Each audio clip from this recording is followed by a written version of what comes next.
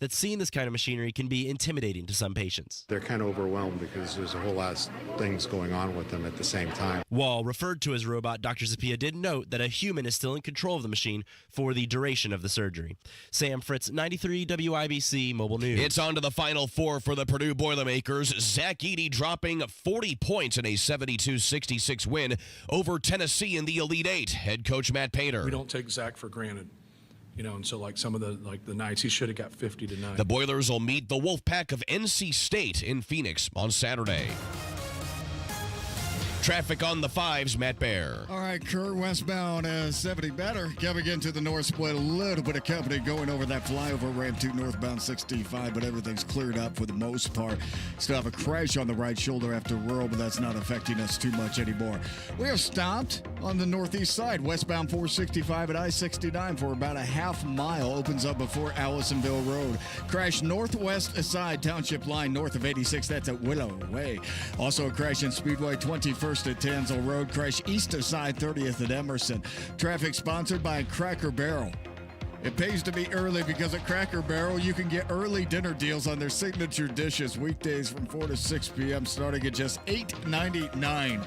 I'm Matt Bear on the 5s at WIBC Traffic. According to a 2023 Gallup poll, 71% of non-retired adults are worried about retirement saving.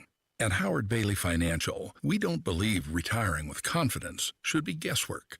In fact, our mission is to help you gain clarity and purpose and elevate meaning in your life through personal and practical financial strategies. That's why we provide our Retire with Purpose toolkit at no cost. In it, you'll find valuable information on minimizing taxes, maximizing Social Security, and building a retirement income you won't outlive. To receive your complimentary toolkit, text CLARITY to 866-482-9559. Take a step toward a more confident retirement with Howard Bailey Financial and text CLARITY to 866-482-9559. This endorsement was not provided by a client of Howard Bailey. This individual was compensated for this endorsement. For more information, visit howardbailey.com/TS1.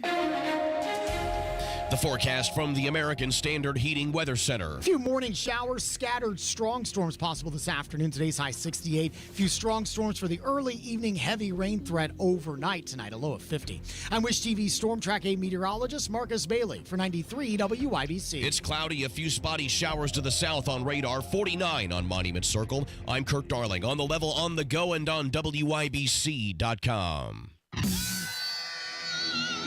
You're listening to Rob Kendall. When we talk about sending money somewhere, we're talking about printing the money because we have no money. And Casey Daniels. My government would never lie to me, would they? On 93 WIBC. Good morning. It is Monday, April 1st. It is 6 minutes after 9. It's Kendall and Casey on 93 WIBC. So in his latest television ad, he's taking swipes at Eric Doden. And on Twitter, he's taking swipes at Brad Chambers.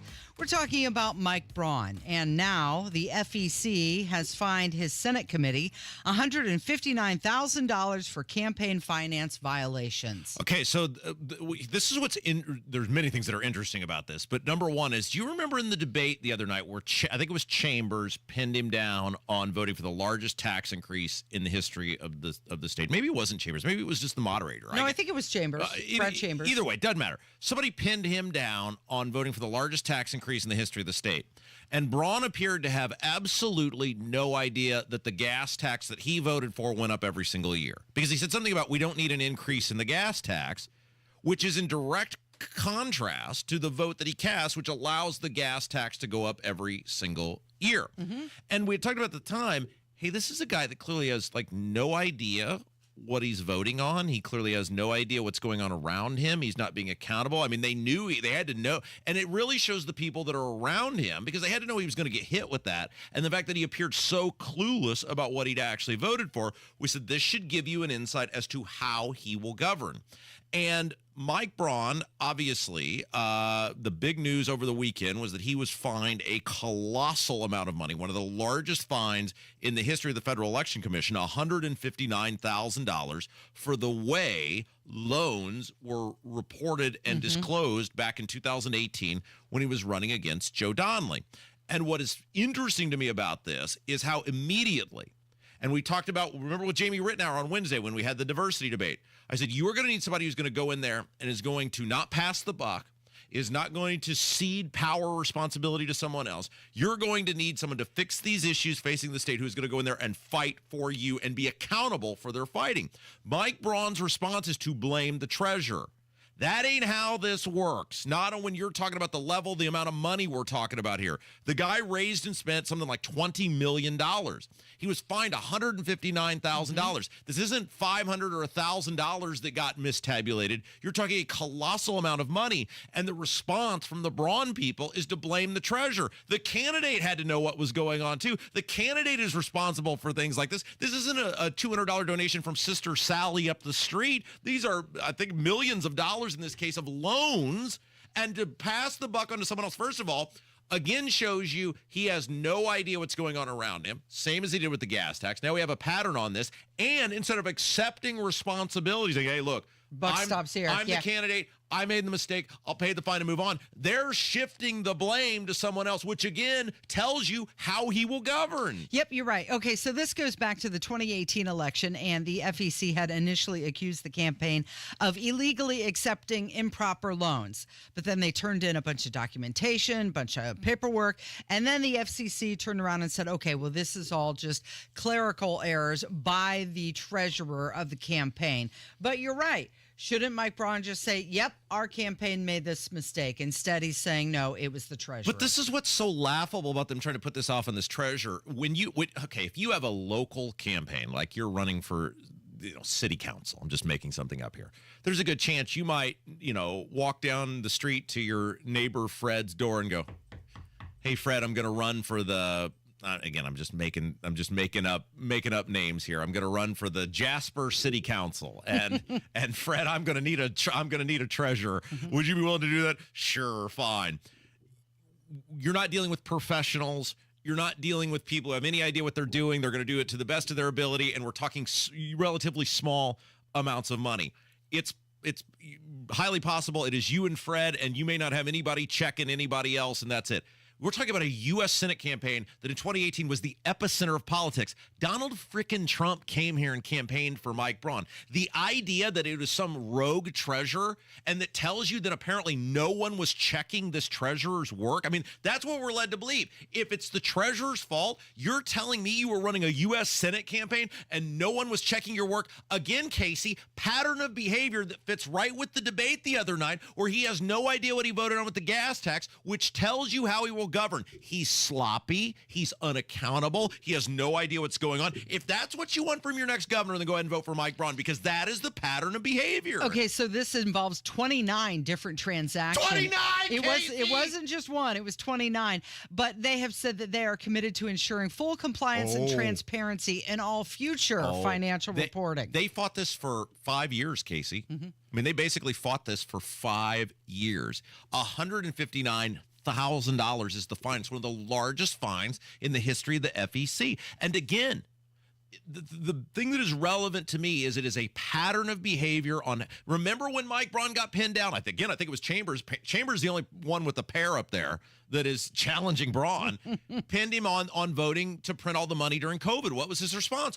Well, everybody else did it too. Yeah. Mike Braun never accepts responsibility for his votes. He never accepts responsibility for his actions. He's clearly very sloppy. He's clearly not detail-oriented. He clearly doesn't have any oversight. That is pathetic, Casey. In a U.S. Senate campaign where $20 million is raised, you're telling me there was only one person? You don't have some attorney that's doing a double check on how things are being reported, whose job is to know the law? This tells you what you're going to get. Forget the bullcrap ads. Forget the campaign speeches. You want to know how somebody's going to govern, look at their record, and these actions are an example of Mike Braun's track record and how he handles things. Okay, well, he has been endorsed by another organization. Just 3 days ago, he said he was honored to receive the endorsement of the Central Midwest Regional Council of Carpenters. And he said the Carpenters... Wait, say that again. There's too many words in that, The Casey. Central Midwest Regional Council of Carpenters. I don't even believe that's a real thing. They I have think you just made endorsed that Mike up. Braun. No, I'm not making it up. And Mike Braun says the Carpenters and I are building America, and we appreciate your support. Well, here's what Mike Braun's going to build you.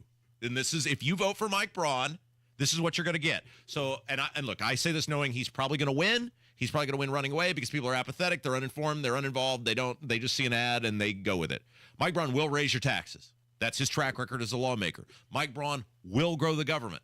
That's his track record as a lawmaker. Mike Braun will not fight for you. That's his track record as a lawmaker. Mike Braun will get nothing done because that's his track record as a lawmaker, and then he will pass that blame onto someone else because he just did it right here. That is who Mike Braun is. So I don't want to hear a year from now when the General Assembly has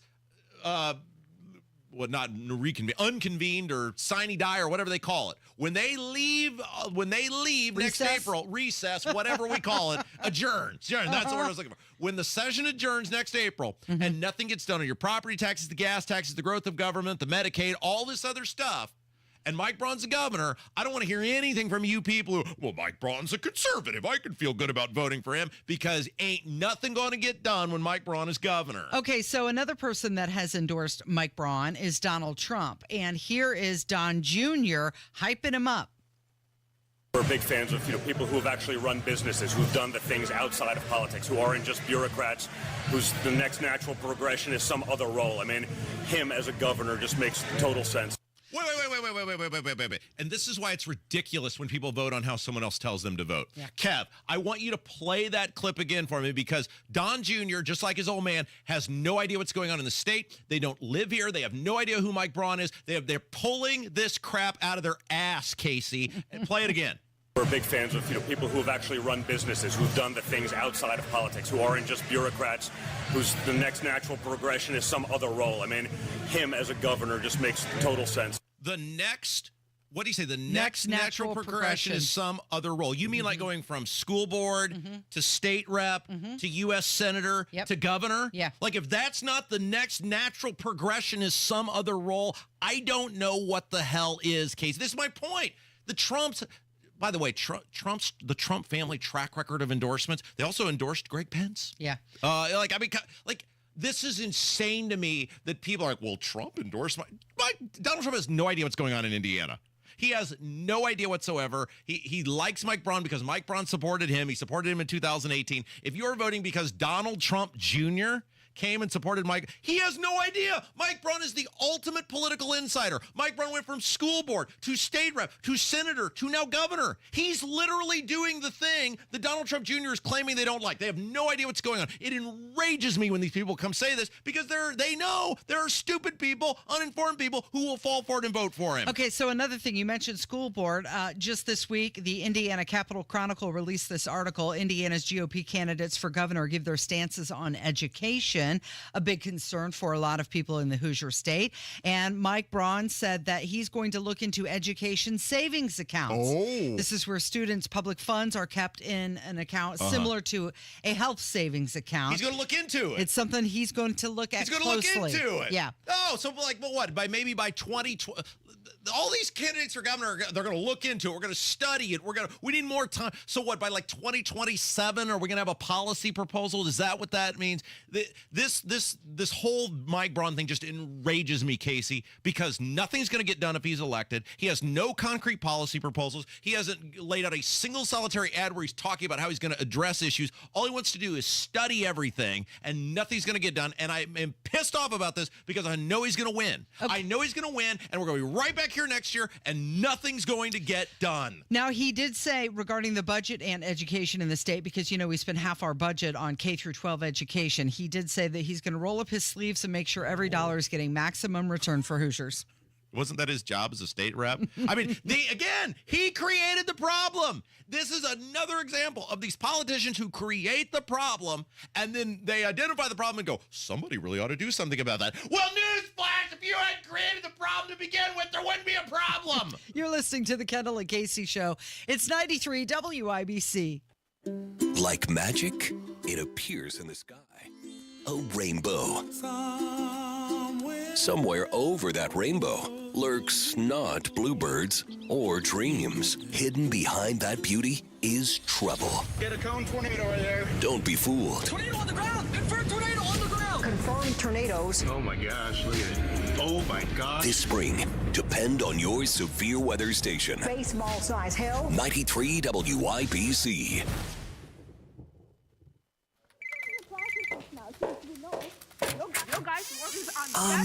Congresswoman Spartz will be ready for your interview soon. It seems pretty intense in there.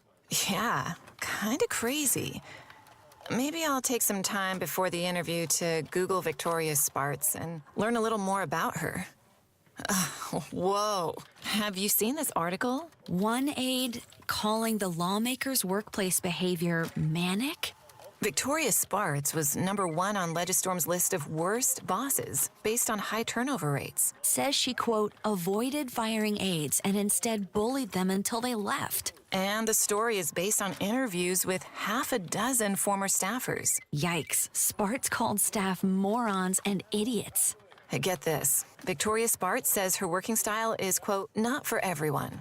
Well, it's not for me. I think I'll pass on this interview. I'm Chuck Goodrich. I'm running for Congress, and I approve this message. Paid for by Go With Chuck Goodrich Committee. Hey, Mark Dietel is the only real estate expert I trust and recommend with the sale of my home. Maybe you're worried about settling for less money with a lowball instant offer, or maybe you want to get rid of your investment property, kind of like Greg in Franklin. Greg's tenant moved out of his investment property, and he was done with it, ready to sell. Heard about Mark Dietel on the radio.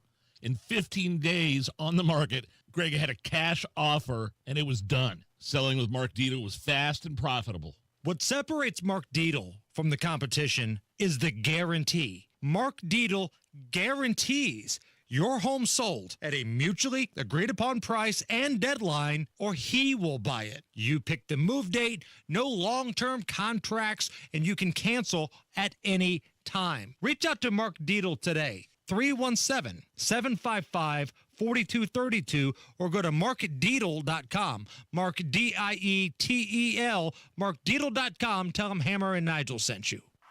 When you use Bounce dryer sheets and your clothes look amazing, it's the sheet. Less static in your life? Yeah, it's the sheet. Smelling fresher than ever? It's the sheet. Oh, so soft fabric? Ooh la la. It's the sheet. Less wrinkles on your clothes? You know it's the sheet. Bounce dryer sheets. More freshness, more softness. Less static, less wrinkles. It's the sheet.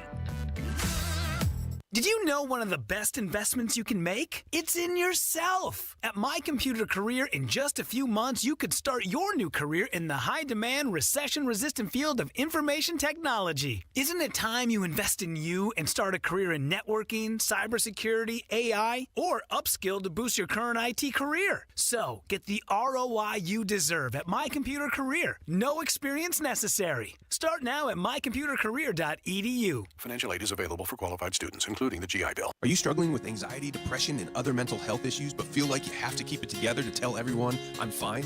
Hi, this is Pastor Micah Becki from Life Church, and we want you to know you're not alone.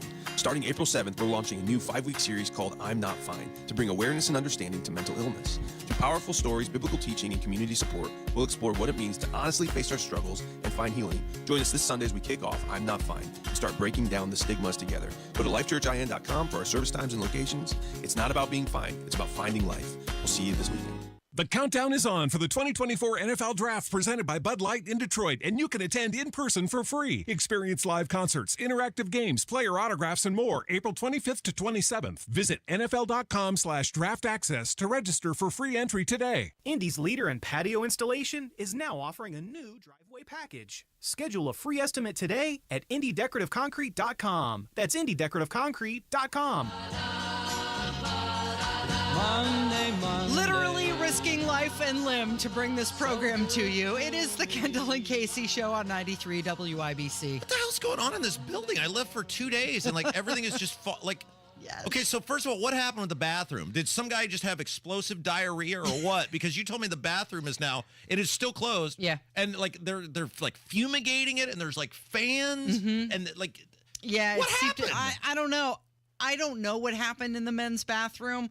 I assume that there were some clogging issues. All I know is that water was spilling out onto the carpet, and they closed the women's bathroom, which is next to it as well. So I don't know if it's a plumbing issue, backed up this has to be toilet. way more than a clogging issue. What's going on? I came into work today. Now it's all making sense. So the floor directly below us, there was like a tile that had fallen in. I saw that too. I saw that. On my way up, I thought maybe there was a rodent or an animal up in the ceiling that kind of chewed his way through the ceiling tile. But now that you mention that, it probably is right below the bathroom that was leaking water everywhere. Okay, and I get toilets clog, and we have irresponsible people that work here who don't know how to flush or properly, maybe do 2 flushes or using too much toilet paper. Look, whatever, perhaps. I get that. However, it would appear if the problem has been going on for, let's see, Thursday, Friday, Saturday, Sunday, we're down to Monday. If it's a 5-day issue and we're having ceiling tiles fall in, this is a much bigger problem than some sort of than a clogged toilet. Like the Great Flood with Noah didn't do this much damage. So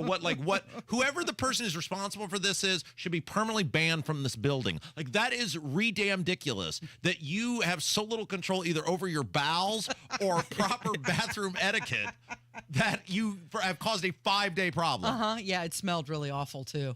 Well, I'm sure it did if it was a 5-day problem, Casey.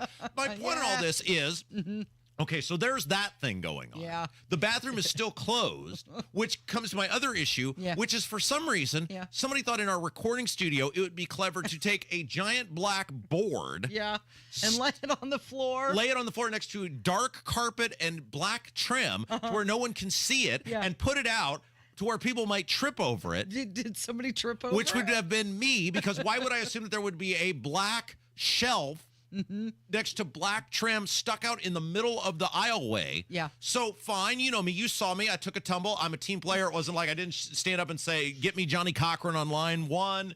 I wasn't a Jackie Childs. No, you went on. Right. However, I am bleeding, not like severely. This is not Saving Private Ryan, but I am bleeding, and I was trying to attempt to fix it, and I can't get into the bathroom to wash my leg. So now I had to go to the community bathroom, which we all know who's used that and what's taken place in that place. So I'm like Dr. Richard Kimball in The Fugitive, like cleaning my leg in the sink in this bathroom while I know what other people have done in that toilet that's right next to me. Like, this is ridiculous. What is going on? And I can't get there's nowhere to get a Band-Aid. There's no first aid kit anywhere here? What am I supposed to do at this point? Like, I have reported this to... Isn't that breaking OSHA rules or something? I mean, I've said, look, I'm not angry. I'm not mad. I get it. Like, somebody made an egregious mistake, whatever. But all I need is some Neosporin and a Band-Aid. Right. And that was 30 minutes ago. And I can't get Neosporin or a Band-Aid. I can't get into the bathroom to wash my leg. I now have to use the community bathroom. I have my leg up on the sink. So, yeah, Mike Braun, sorry, you got the brunt of all of it the first segment. But I'm not sorry because your voting record actually sucks, so you deserved it. We do have some screen cleaner over here, and I've got Kevin, a tissue in my pocket. I know.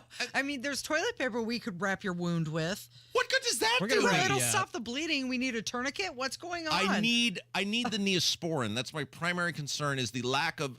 I need something more than just a Band-Aid. Right. You don't want to get an infection. I don't think that's. I don't think that's an erroneous ask to be like. Now, hey, here's the problem. You caused this problem. Help me fix it. Here's the problem I have with the bathroom situation. The community bathroom, which you're referencing, is that it's been out of soap for the last couple days. So well, there is soap now because I used it to clean my leg as I had my leg like Nancy Kerrigan. I had my leg up on the sink, showing great athletic prowess. In order to be able to wash. Like, what is going on in this place? Like, I get that you leave for 2 days, it all falls apart, Rob. Mr. Smalley, I get that we are just tenants here now, and you no longer own the radio station. But I do not think, buddy, that it is irrelevant or an erroneous ask to say, let's get the bathroom unclogged in 5 days and have a Band-Aid and a basic wound care available for tenants of the building. I mean, you're going to have a bruise, aren't you? Well, this is ridiculous, right? I mean, look, I sometimes get a little neurotic and overreact on things, but I don't think I'm overreacting on this one. Like I'm hitting a speed bump, a colossal speed bump, when all I'm trying to do is clean the wound that was caused by someone's irresponsible behavior. Yeah. I'm sorry about that. We're going to talk about athletic Speaking prowess. of bathroom and flush it down the toilet, Purdue basketball coming up next. See, I was going with athletic prowess. That's coming up from 93 WIBC. There is no reason to live with achy joints. There's no reason to live with pain, and there's no reason not to seek out help. That help is at QC Kinetics in Eagle Creek, in Greenwood, and in Carmel. Under the leadership of National Medical Director Dr. Mitchell Scheinkup, QC Kinetics can help you get rid of joint pain with no surgery, no drugs, and no steroids. That's right. These are no longer your best options. Regenerative medicine at QC Kinetics is transforming lives with innovative treatments supplements that deliver lasting results. We're talking natural biologics, using your body's own power to repair and restore damaged joint tissue. Talk to QC Kinetics today. Get a free consultation. They even have Saturday hours, so you have no downtime at work. Call QC Kinetics today and tell them Tony Katz sent you. QC Kinetics is in Eagle Creek, in Greenwood, and in Carmel. Call today. 317-559-PAIN. That's 317-559-PAIN. QC Kinetics. 317-559-PAIN. I feel occasional burning and stabbing in my hands as I age. I sometimes feel numbness and tingling in my feet as I get older. It's starting to get in the way of doing what I love. At Nervive, we hear you, and we can help. Nervive's clinically studied dose of alpha-lipoic acid reduces occasional nerve discomfort in as little as 7 days with continued daily use. Now that I know, I'm taking control. Try Nervive Nerve Relief and say yes to healthy nerves. These statements have not been evaluated by the Food and Drug Administration. This product is not intended to diagnose, treat, cure, or prevent any disease. Whether taking on large commercial landscapes or your own backyard, let Steel help with your pursuit of the perfect cut. Introducing Steel zero-turn mowers for homeowners and pros. With a wide range of features and options, like our advanced four-wheel suspension system and 0% financing available, it's time to let the pursuit begin. Real Steel. Find yours at steelusa.com/zero-turn. Available at select dealers. Financing available on qualifying purchases and subject to credit approval. See dealer for details. 93 WIBC Mobile News. On the level, on the go. What they have ready to help.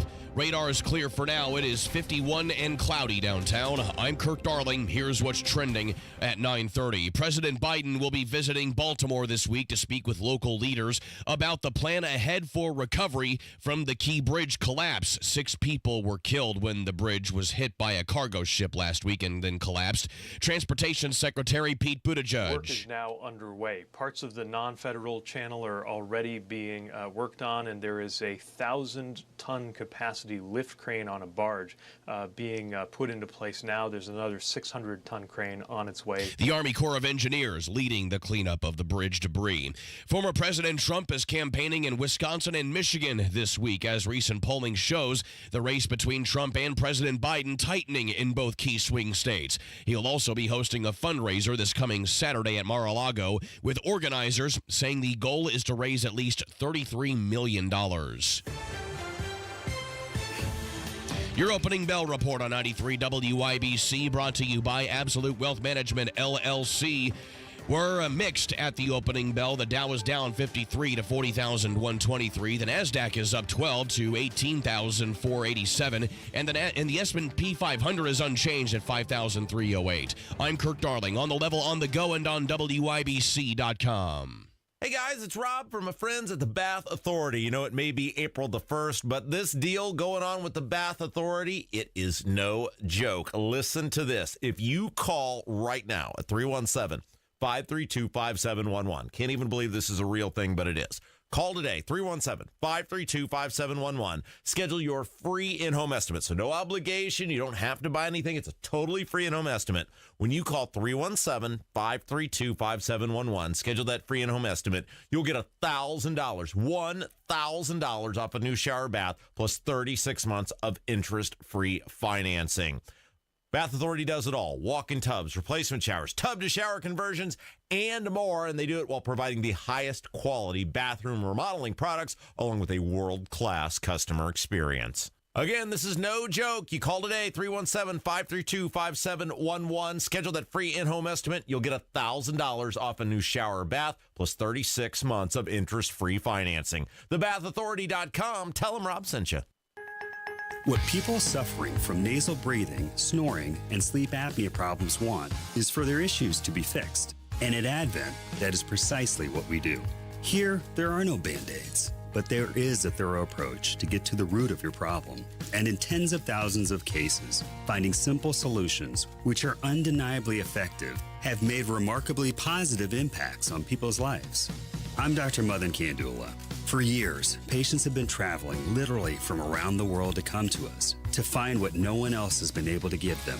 And that's why now we've come closer to you. If your quality of life has been diminished because of nasal breathing, snoring, or sleep apnea problems, and you don't know who to turn to, go to AdventKnows.com to schedule your appointment, because Advent knows when you breathe well, you live better. Breathe well with simple solutions. Breathe well with simple solutions. AdventKnows.com. Results may vary. You're listening to the Kendall and Casey Show on 93 WIBC. Well, the wait is over for Purdue. Woo, woo. Boilermakers earned their first trip to the Final Four since 1980 with a 72-66 defeat over Tennessee yesterday. Okay, first of all, during the break, we have to say thanks to producer Carl, Tony's morning show producer, for getting me the Band-Aids. Kevin was like, hey, I hope you die. Good luck on your mortal wound there on your leg. Yeah, rub some dirt in it. Yeah, Kev literally suggested Toughen up. glass cleaner. Right. That'll probably help you. And Carl did step up and bring me some Band-Aids. I still have no Neosporin, but at least I won't now bleed to death on this serious leg injury. Okay, so you want to talk about Purdue? Yeah. Okay, all right. Why not? So, and how awesome Zach Edey was. The Purdue people. 40 points, 16 rebounds. The Purdue people amuse me to no end. Here's what I told the Purdue people. I said, look, I have figured out a flaw in the system by which I bet for people that I want to lose, so that way I never lose. Right. So the fact that Purdue wins, you still won. It doesn't bother me. Like, I won a bunch of money over the weekend. I had a parlay. I hit both the Purdue games. Purdue was very good to me. People think like they're getting over me. I'd love to, ha, ha, ha, you can eat it, Rob. No, I'm fine with Purdue winning. I do not care. However, just like with everything else in life, Casey, don't mistake my lack of caring for me not telling you the truth about what's going on. If you're a Purdue fan, good on you. I'm happy that you get some semblance of joy, and maybe you might get one banner finally raised. Not going to happen. You're going to get the piss beat out of you by UConn in the championship game, but keep your little fallacy going for another week. Good for you. I'm happy. Don't care. However, the Purdue fan, there's an old saying, like, act like you've been there before. Yeah. The Purdue fan clearly has not been here before because of the way they handle any criticism, no matter how obvious whatsoever. Again, don't care. Purdue won, Purdue lost. Either way, I win. Either I get the joy of Purdue losing or I make money. Don't care. Don't have a vested interest. But the stuff with Edey, like the guy. What do you mean the stuff? Are you talking about the 14 consecutive points in the second half? I'm talking about at one point I saw him. He should have been, was Glow, the women's roller derby thing? Like, he should have been on a skates. He was skating so much, and the refs are just looking at it going like, good luck, Mr. Edey. I hope you make it to the, you're supposed to be dribbling, Casey. Then at one point in the, who'd they play? Gonzaga game. Yeah. Macho Man, he pulled a Macho Man Randy Savage where he comes off the top rope with an elbow on one of the players. The guy is knocked off the floor and into the stands, and the ref just looks at him like, dude, you got to get up, man. The play's still ongoing. Look, I've never seen a guy get more leeway with the refs. And the Purdue people, they're a good team.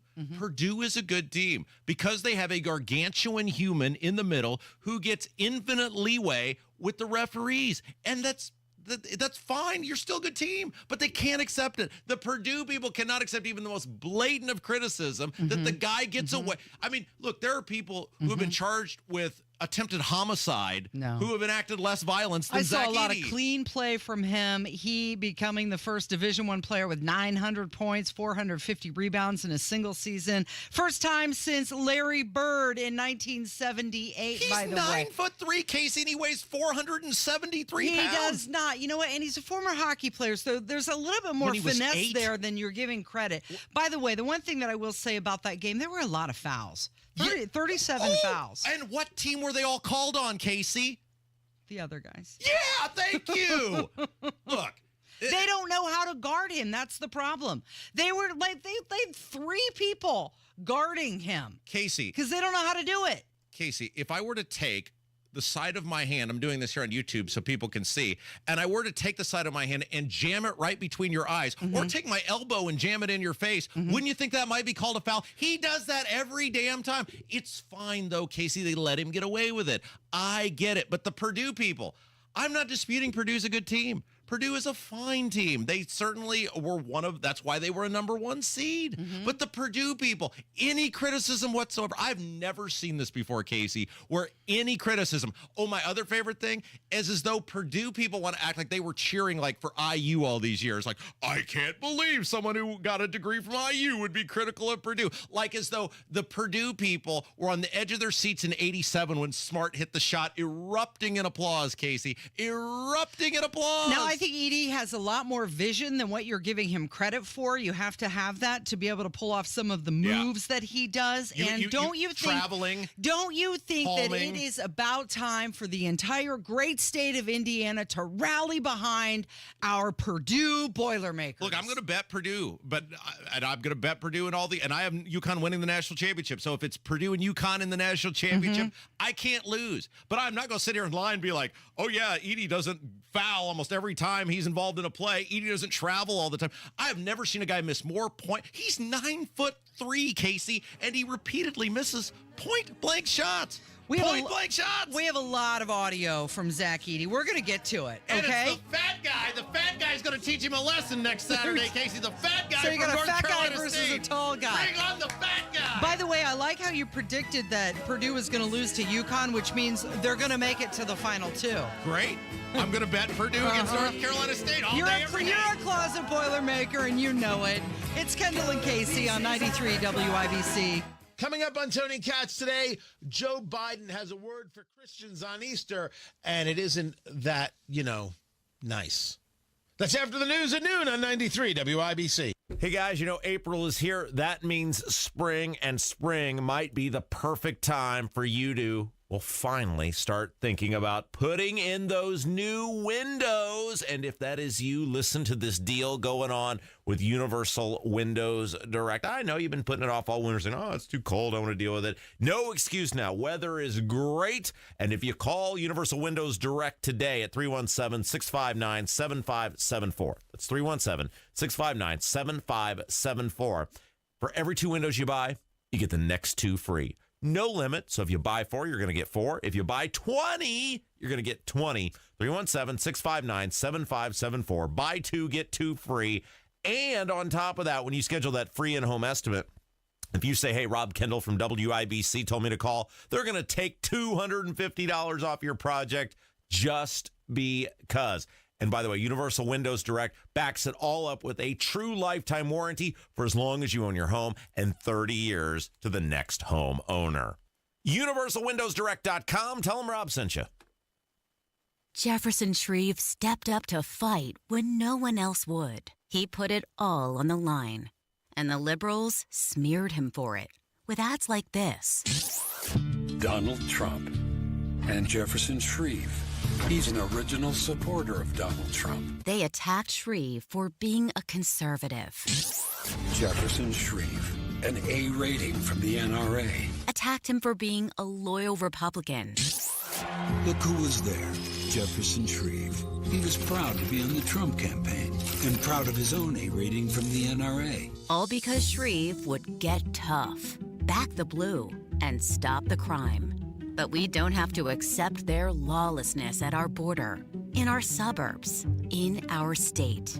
Because Jefferson Shrieve is running for Congress, and he's a fighter for law, order, and a secure border. Jefferson Shrieve for Congress. I'm Jefferson Shrieve, and I approve this message. Paid for by Shrieve for Congress. Attention seniors, you're invited to the grand opening of Centerwell Pendleton Pike. Centerwell offers primary care centered on seniors. So come celebrate on Wednesday, April 10th at 8101 Pendleton Pike, Suite E in Indianapolis from 10 a.m. to 1 p.m. Enjoy food, music, and more at this free community event. Plus, tour the new doctor's office and meet the care team. For details, call 317-648-5581 or visit meetcenterwellindiana.com. World-changing question. Are you keeping as much of your investment gains as possible? High taxes can erode returns quickly, so you need a tax-optimized portfolio. At Creative Planning, our money managers and specialists work together to make sure your portfolio and wealth are managed in a tax-efficient manner. It's what you keep that really matters. Why not give your wealth a second look? Book your free meeting today at creativeplanning.com. Creative Planning, a richer way to wealth. EasyCater has everything you need to make food for work. From ordering to reporting, we even keep your receipts all in one place, which means all you need to do is sit back and enjoy. You're not having any lasagna? All I can taste is hours of expense reports. Relax, you used EasyCater. Enjoy the food, Ray. Oh, no, thanks. That's... Enjoy it? That's... amazing. Yes, Ray. It is amazing. 100,000 restaurants and everything you need to make food for work. Order 24/7 at easycater.com.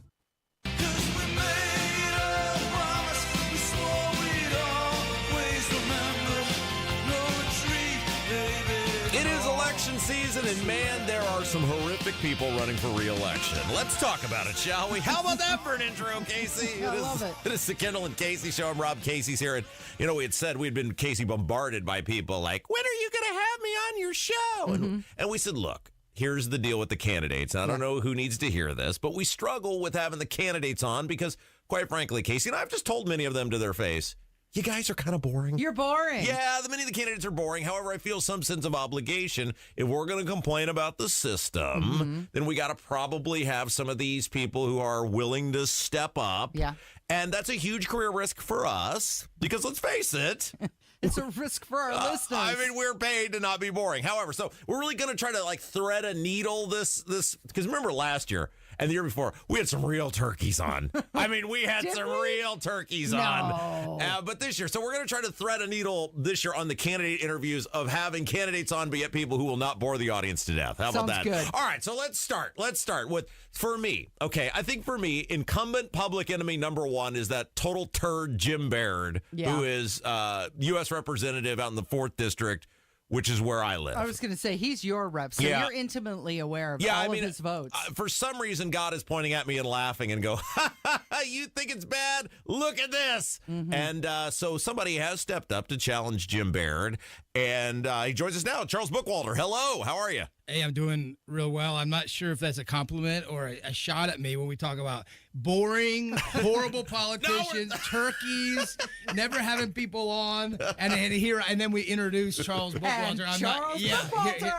No, here's the thing. So you brought in the reinforcements early on. Casey did an event for you, right?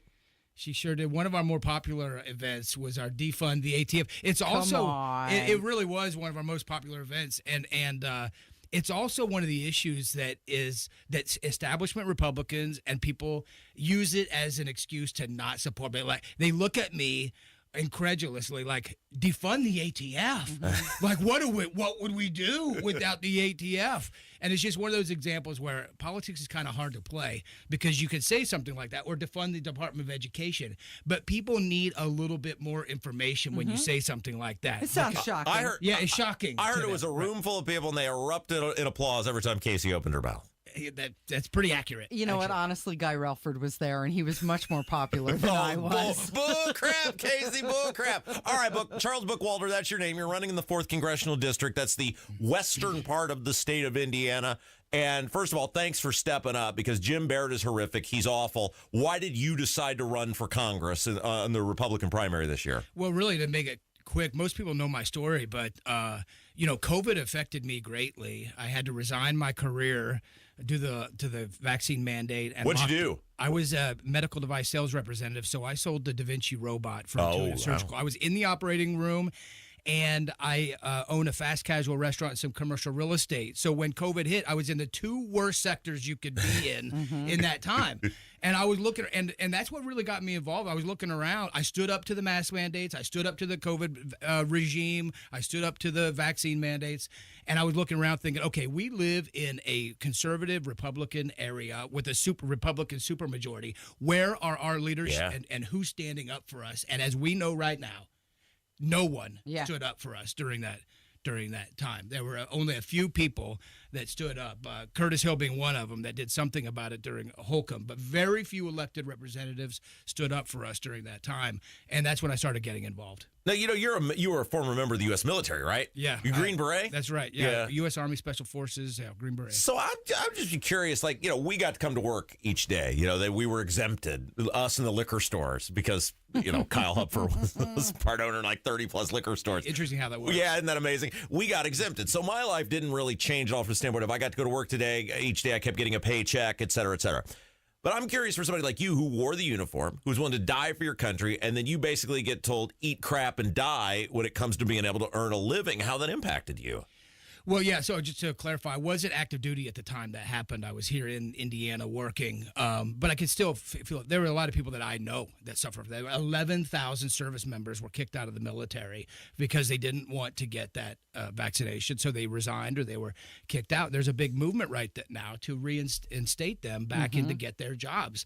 No politician, Jim Baird included, has not stood up for those. In fact, if you remember, Jim Baird voted to not reinstate the airline pilots that lost their jobs during that time.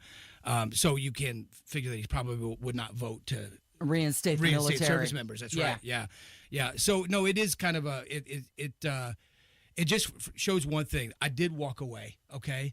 And that shows the strength of being able to walk away. There are a lot of people that weren't able to do that. For whatever reasons, they did not walk away. They were they put a jab between their job, their careers and their... I think you're looking at one, Charles, who felt that way, right, Casey? Oh, yeah, absolutely. Now, you are running the Jimmy John's now. How's that going? It's well, okay, I tell people honestly, we have never been more successful, and I think it's because of the way we handled COVID during that time. We did not separate our tables and chairs. I did not put those silly stickers on the ground, floor, right? Yeah. I did not mask my employees, and I have employees that have been there for 1, 2, 3, 4 years. I don't have that much turnover at my Jimmy John's, and I think that's one of the reasons is the way we handled that. I did not force my employees that were high school students to come in and wear a mask all day long in school and then come to work and have to wear a mask. They were able to take it off. Okay, so military, businessmen, and one thing, I bring up the Jimmy John's because something that your opponent did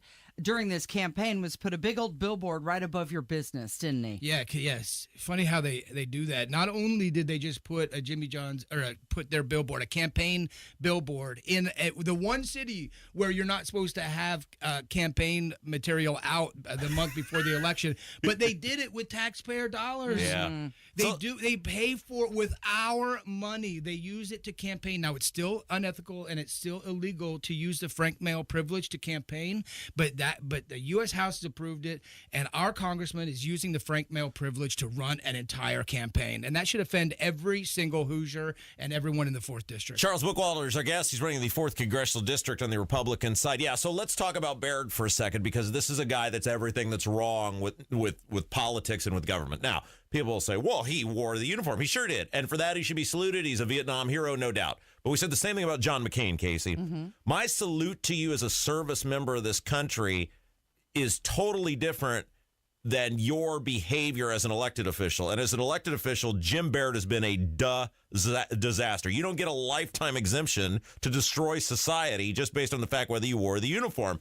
And you mentioned this, Charles. He just recently voted for this massive spending bill. And it's like, it seems like maybe every so often, other than a select few, the Republican delegation in lockstep just goes along with whatever horrible ideas the leadership puts forward, and Jim Baird is a great example of that. Yeah, it's the example of what this guy named Robert Higgs talks about, the ratchet effect.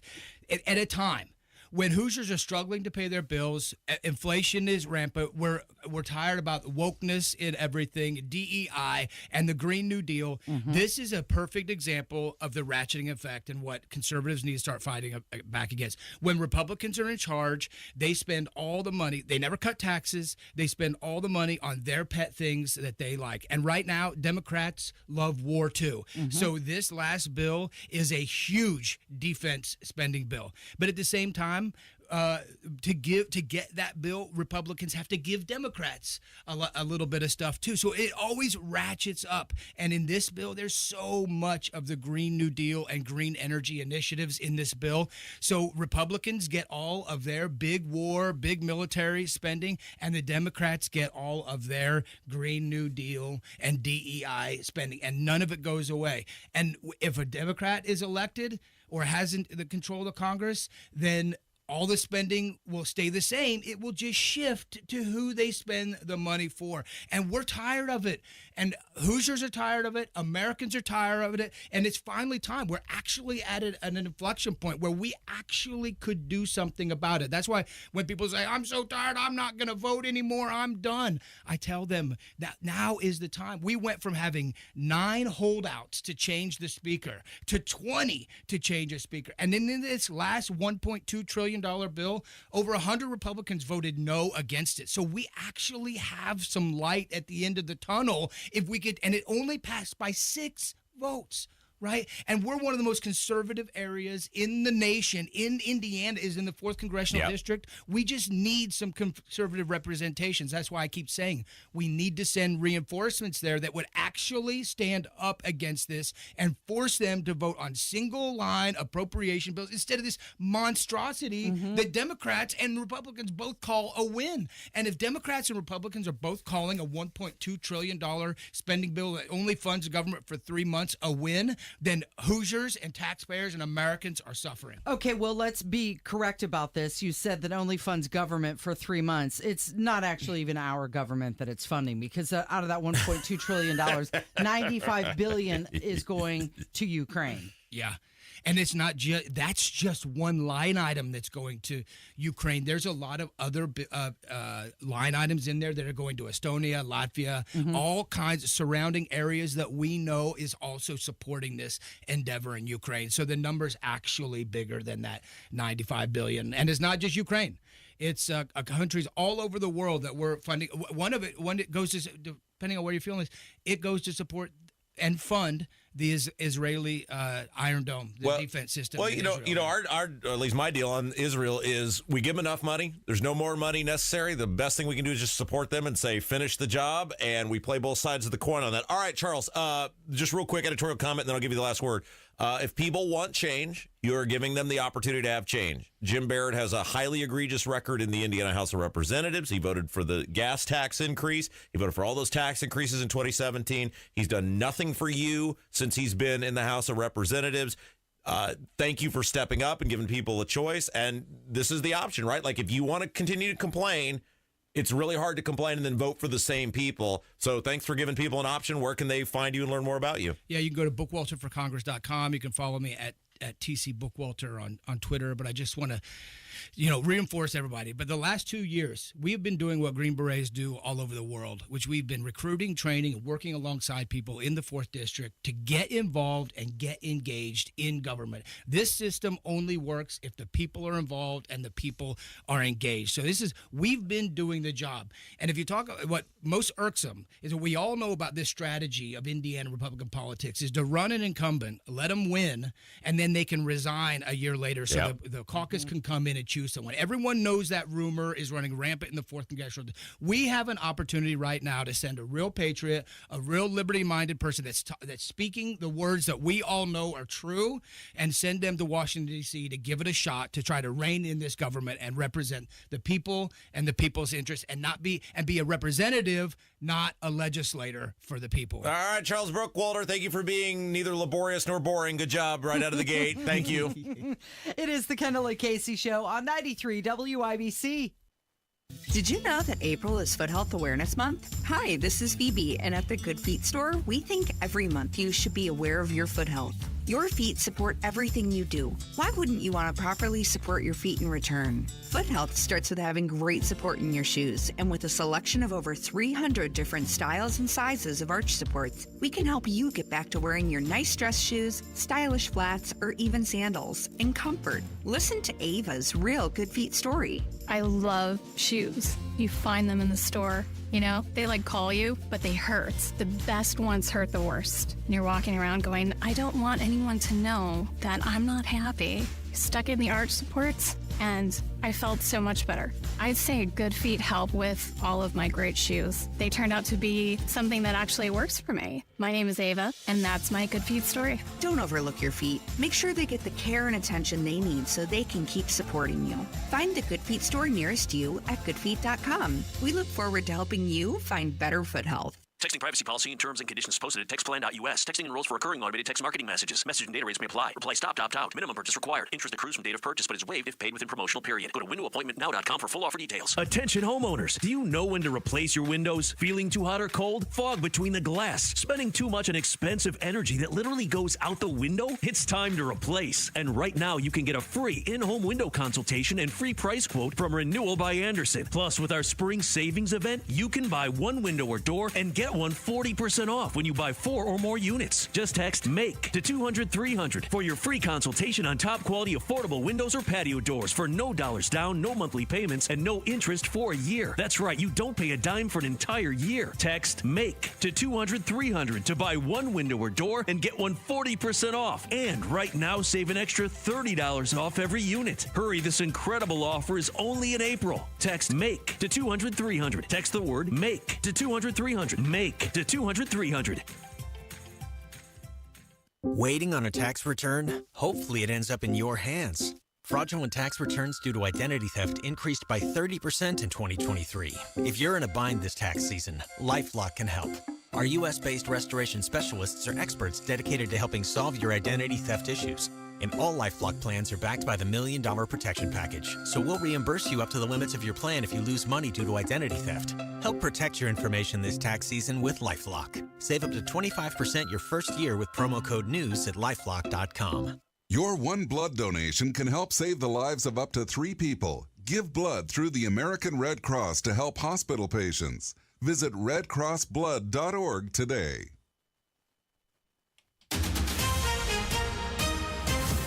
Coming up in 2 minutes, hail, wind, rain, the whole gambit expected for this afternoon. The timeline for some severe weather, plus where police got into a shootout with a man and how it ended, and what the Pacers are hoping for as a team with 7 games left in the regular season. I'm Kurt Darling. That and more coming up from the Technology Recyclers Studios after Fox News Radio. You're listening to 93 WIBC, WIBC HD1 Indianapolis. It's 10 o'clock. A calendar coincidence. I'm Chris Foster, Fox News. A blasphemous one to some people. Easter Sunday yesterday, March 31st, also happened to have been an international day to recognize transgender people. Fox's Jackie Heinrich outside the White House on a rainy day in D.C. Although President Biden, who is Catholic and attends Mass every weekend, issued a statement commemorating Easter Sunday, he also issued a statement marking Transgender Day of Visibility. It reads, "Today on Transgender Day of Visibility, I have a simple message to all trans Americans. I see you. You are made in the image of God, and you are worthy of respect and dignity." Republicans sounded off about that and also about an egg decorating contest for the children of National Guard members. A flyer that was promoting the contest said kids' submissions must not include any questionable content, including religious symbols, overtly religious themes, or partisan political statements. Responding to the criticism over all this, White House spokesperson says, as a Christian who celebrates Easter with family, President Biden stands for bringing people together and upholding the dignity and freedoms of every American. There are new accusations that Russia had something to do with mysterious ailments that struck American diplomats. U.S. agencies decided last year it was very unlikely a foreign adversary was responsible for so-called Havana syndrome. First reported in Cuba's capital, American diplomats complained of migraines, nausea, memory lapses, and dizziness.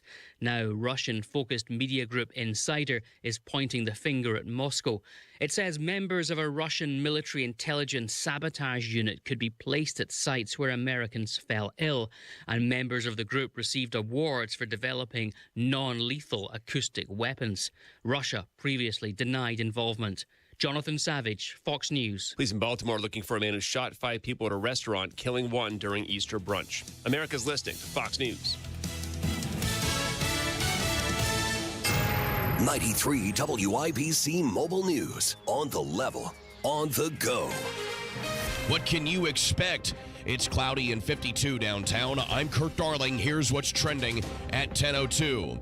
Everything is in the cards for this afternoon as forecasters like Greg Mello with the National Weather Service say severe weather will hit Indiana later on. Yeah, pretty much everything now. I did say, though, for the damaging wind gust potential and tornado potential, looks like it's mainly near the I-70 corridor and south. After this round moves out, he says snow may be in the works for the middle of the week. A man ran from the cops, threatened to kill himself, and stood off with SWAT last night in Indianapolis. It all came to a head when the man tried running one last time on the northwest side, firing shots at the officers who fired back at him. SWAT medics immediately and SWAT officers went to the suspect and began administering first aid. The suspect was transported to Eskenazi Hospital where he later died. IMPD Chief Chris Bailey, he says the whole thing was caught on body cam. No officers were hurt.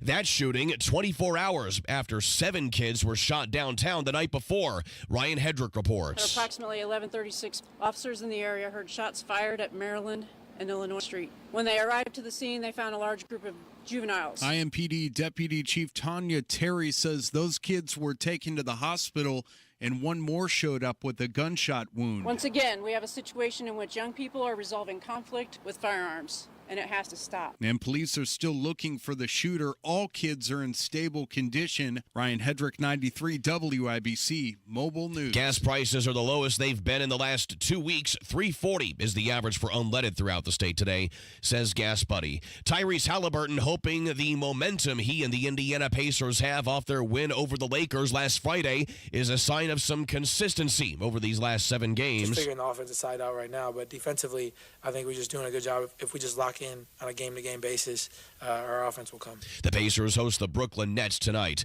I'm Kirk Darling, on the level, on the go, and on WIBC.com. What if you could build a 6-figure retirement income with almost half the money saved? You heard that right. Get a discount on your retirement, creating a 6-figure income with 40% less than traditional 401ks and mutual funds. Hi, I'm Brett Kitchen, best-selling author, executive producer, and star in a brand new Hollywood documentary called The Retirement Deception. In this film, we traveled over 20,000 miles interviewing real Americans who've retired successfully with a great lifestyle and peace of mind. They share their stories on how they get more retirement income with the same dollar saved, and the money's never at risk if the market crashes. That's right, if the market crashes 30%, you lose nothing. Even the super wealthy are shifting money to this new strategy because it increases their retirement income or can allow them to stop working years sooner. So if you're over 50 and want a bigger, better retirement with less money saved, call to talk to a specialist and get a free copy of this brand new movie at 800-486-9595. This is a $30 value, but when you call today, you can get it completely free. I'll even cover shipping and handling, no credit card required. Call right now, 1-800-486-9595. That's 1-800-486-9595. Again, that's 1-800-486-9595. You're listening to Rob Kendall. When we talk about sending money somewhere, we're talking about printing the money because we have no money. And Casey Daniels. My government would never lie to me, would they? On 93 WIBC. It is Monday, April 1st. It's 5 minutes after 10. You're listening to Kendall and Casey on 93 WIBC. So the defense team of the man accused of killing 2 teenage girls in Delphi, Indiana, has turned to crowdfunding to cover the costs of expert witnesses. So he's asking everyone else to pay for his defense. And his defense team has said that this is a way to level the playing field and hire expert witnesses that they need. All right, you and I have got to have a real conversation here, Casey, because this is one of the rare times where I have no firm opinion on something, and I'm totally willing to be swayed either way, and this is such a conundrum to me, so I'm going to need you to help me through this, okay? I'll do my best. So Richard Allen is obviously the guy who is accused of doing just these horrific things to these little girls in Delphi, and since the day he was arrested, there have been all sorts of just doubts about this case.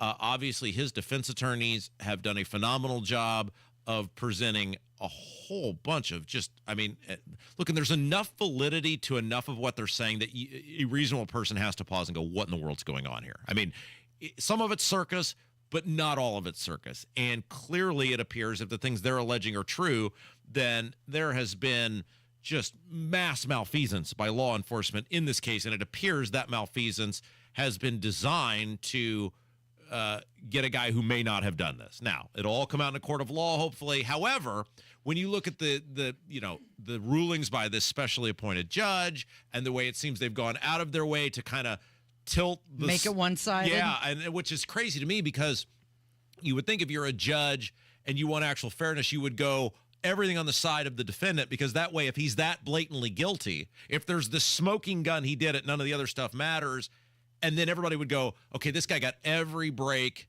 in the books, and he still got convicted. Yeah.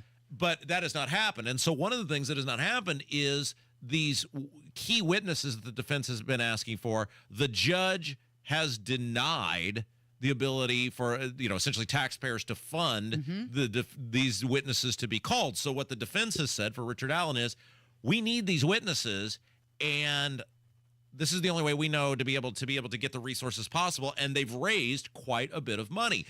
So it leads me to, that's the background on it. It leads me to my now discussion with you, which is I am a person who has serious doubts about Richard Allen's guilt in this case. I am a person whose doubts have been amplified based on what I believe is a system rigged against Richard Allen, which causes me to ask the question, what in the world is going on here, and why is everything so one-sided against this guy? However, so I am inclined. I mean, I am inclined to want to give this guy money. And I pause saying that, though, because what if he did it? Right. And this is the struggle that I have, is I do not believe this guy is getting a fair trial. I do not believe this guy is getting a fair defense. I believe the legal system is going out of its way as this fait accompli to get this guy. However, I do pause, though, because what if I'm wrong, Casey? And there's a difference between being a juror and looking at this and going, yeah, they totally didn't prove, guilty beyond a reasonable doubt. And maybe the guy was actually involved, or maybe the guy knows who was involved, even if he didn't actually do the thing by himself or with someone. So I am at a crossroads here, because I want this guy to get a fair trial. I want this guy to have every opportunity, because if he did it, I want it to be, hey, he did it. It's beyond a shadow of a doubt. The evidence was overwhelming. Yet I feel like this guy is getting totally screwed. Okay, so this fundraising goal, they had originally set it for $25,000, and they met that goal within a week, and now they have bumped that up to $45,000 with a May 10th deadline. So the defense is saying this is the way to level the playing field and hire the expert witnesses that they need to prove his innocence. So can I, to steal a line from Hammer and Nigel, am I a horrible person if I were to give money to this guy? Well, I mean, that's on you. That's no. That's one of the great things about living here is you're free to do what you want with your money. Time out, Casey. No. This happens all the time. You do not get to deflect on this one. You have to tell me. There's no right or wrong answer. You have an opinion. You have to have an opinion. You know the landscape of what I'm dealing with. There is no right or wrong answer. Your opinion is your opinion. What am I a horrible person if I give money to Richard Allen? No, that's your right to do that. So you would. I wouldn't do it. Why? Because I think there's too many questions about his innocence. Now, the only reason I think that it would be good for you to give money is, as you said, so that it is a fair fight, so that maybe the truth will come out. Yeah. And we'll find out who did murder those two girls. Now, is that why you're giving the money? So that the truth will come out? Or are you giving the money to defend somebody when his innocence is in question or his guilt is in question? Yeah, and this is where I'm I feel like I'm at a sticking point here, because that I'm stuck, because it's I try to go forward, I try to go backward, and I keep running into these same problems, which is there is clearly, what do they call that? And of course, I'm not a person of the law. Circumstantial evidence. There's clearly circumstantial evidence that might lead people to have, say, I think he might maybe have done this. However, I'm so outraged at how this system appears to have been rigged against this guy that I want him to expose. See, I want him to expose the system, but I also want the families of those little girls to get justice. Yes, and do you think that your contribution is going to make that happen? Well, is the truth going to come out if you give money? Because that's a totally different reason then for giving money to help his defense. Yeah. Those are two different things. What if they have a smoking gun and in trial, then it's oh my gosh, he totally obviously did this. However, then isn't the onus, as it has been throughout, on the state by the fact they've been shady throughout this whole thing? Yes, absolutely. And that's like NMJ, not my job. That is not on you to fund or to try and uncover the shadiness of the state. But how does he get it then? How does he get it? Because the judge is saying he can't have these witnesses. Like if the judge had said, okay, yes, you can, we wouldn't be here. The judge is saying the guy can't have the things. You know who's done a phenomenal job on reporting on this is Donnie Burgess. Donnie Burgess has been like on the ground floor on all of this from the beginning. And like every time I hear Donnie Burgess, because we call Donnie the news. Yeah. That's our name for Donnie. He is the news because he just gives the news. Every time I hear the news, I go back and forth on this because one time I'll hear him say something. I'm like, yeah, that guy's totally getting screwed. He's getting railroaded. And then another time I'm like, oh my gosh, I think he might have done it. So wouldn't you feel awful if you gave to his defense and then they do find out that it is this is him? the point of this whole segment, Casey. Right. So I don't know. I kind of think like, you know what? I don't want to give money. That's my money. It's my right to do what I want. You want him to have a fair trial. I get that. But the only reason that I would even come close to considering it is if it were because the truth would come out and we would find out who did that to those girls. I don't know if expert witnesses are going to do that for you.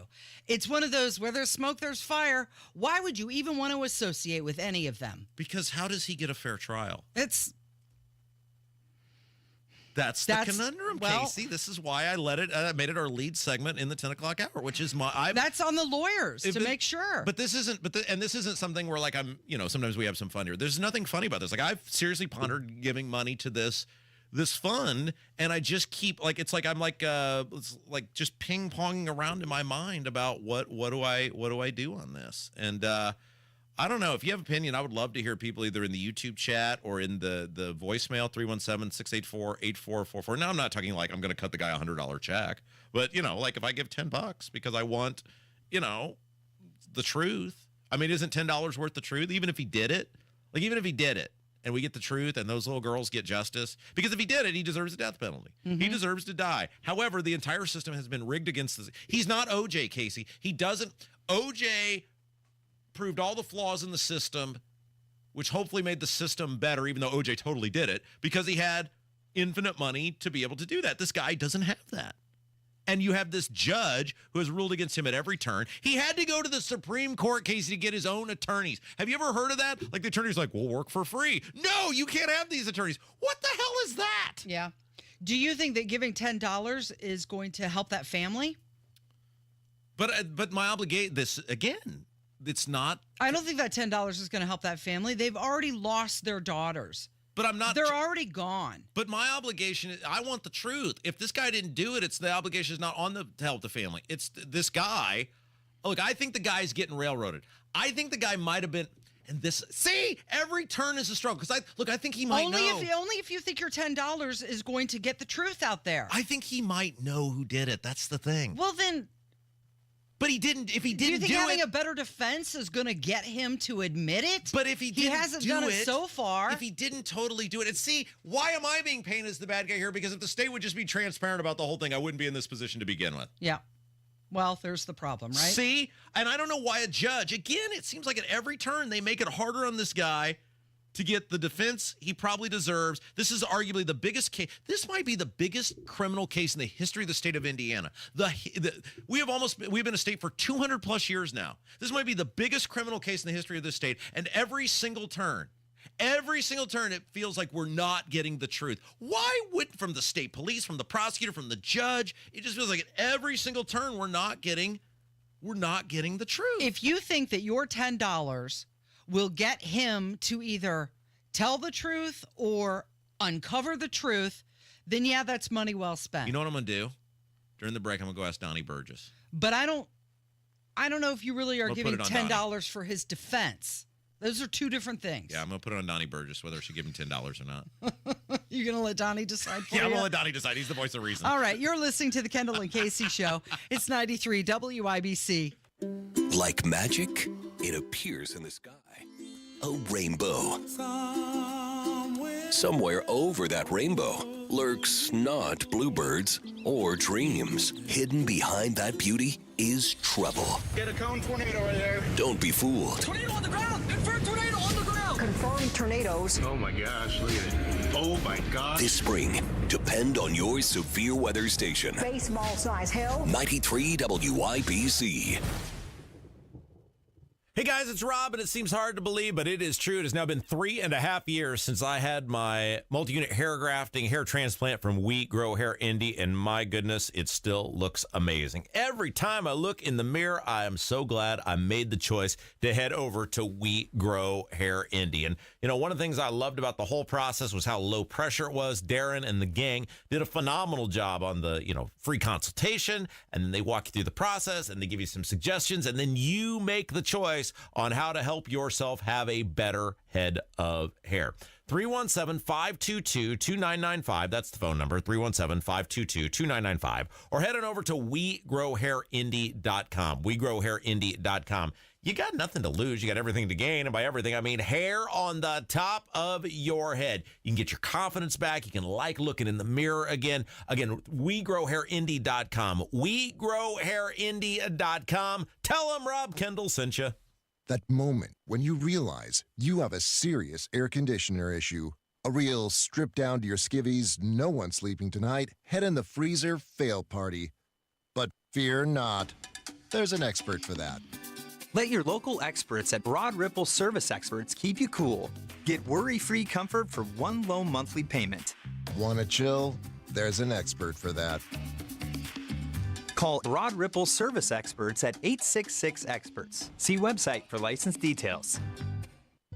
Life insurance. Why are you putting it off? Can't afford it? Too much hassle? Think you don't need it? There's lots of excuses for putting off life insurance. But if you weren't there, who would pay the mortgage and other bills? With Ethos, you could be covered in 10 minutes and boom, family protected. Ethos, fast and easy online term life insurance. Up to $2 million in coverage with no medical exam. Some policies as low as $1 a day. Answer a few health questions and get your free quote at getethos.com. That's getethos.com.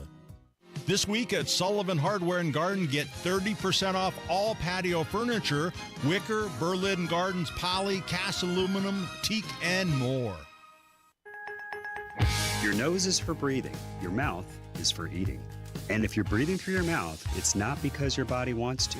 It's because it has to, because your nose isn't working properly. And although you've lived like this, it's no way to live, and it's having a significant impact on your life. I know you know this, and I know that taking action isn't always convenient.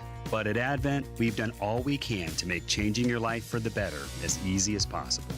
I'm Dr. Madan Kandula. With tens of thousands of our patients, a thorough breathing triangle evaluation, along with a simple 20-minute in-office procedure called balloon sinuplasty, has opened their nasal passages, allowing them to breathe freely through their nose for good.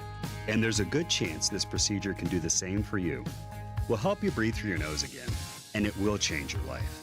Go to AdventKnows.com to schedule your appointment, because Advent knows when you breathe well, you live better.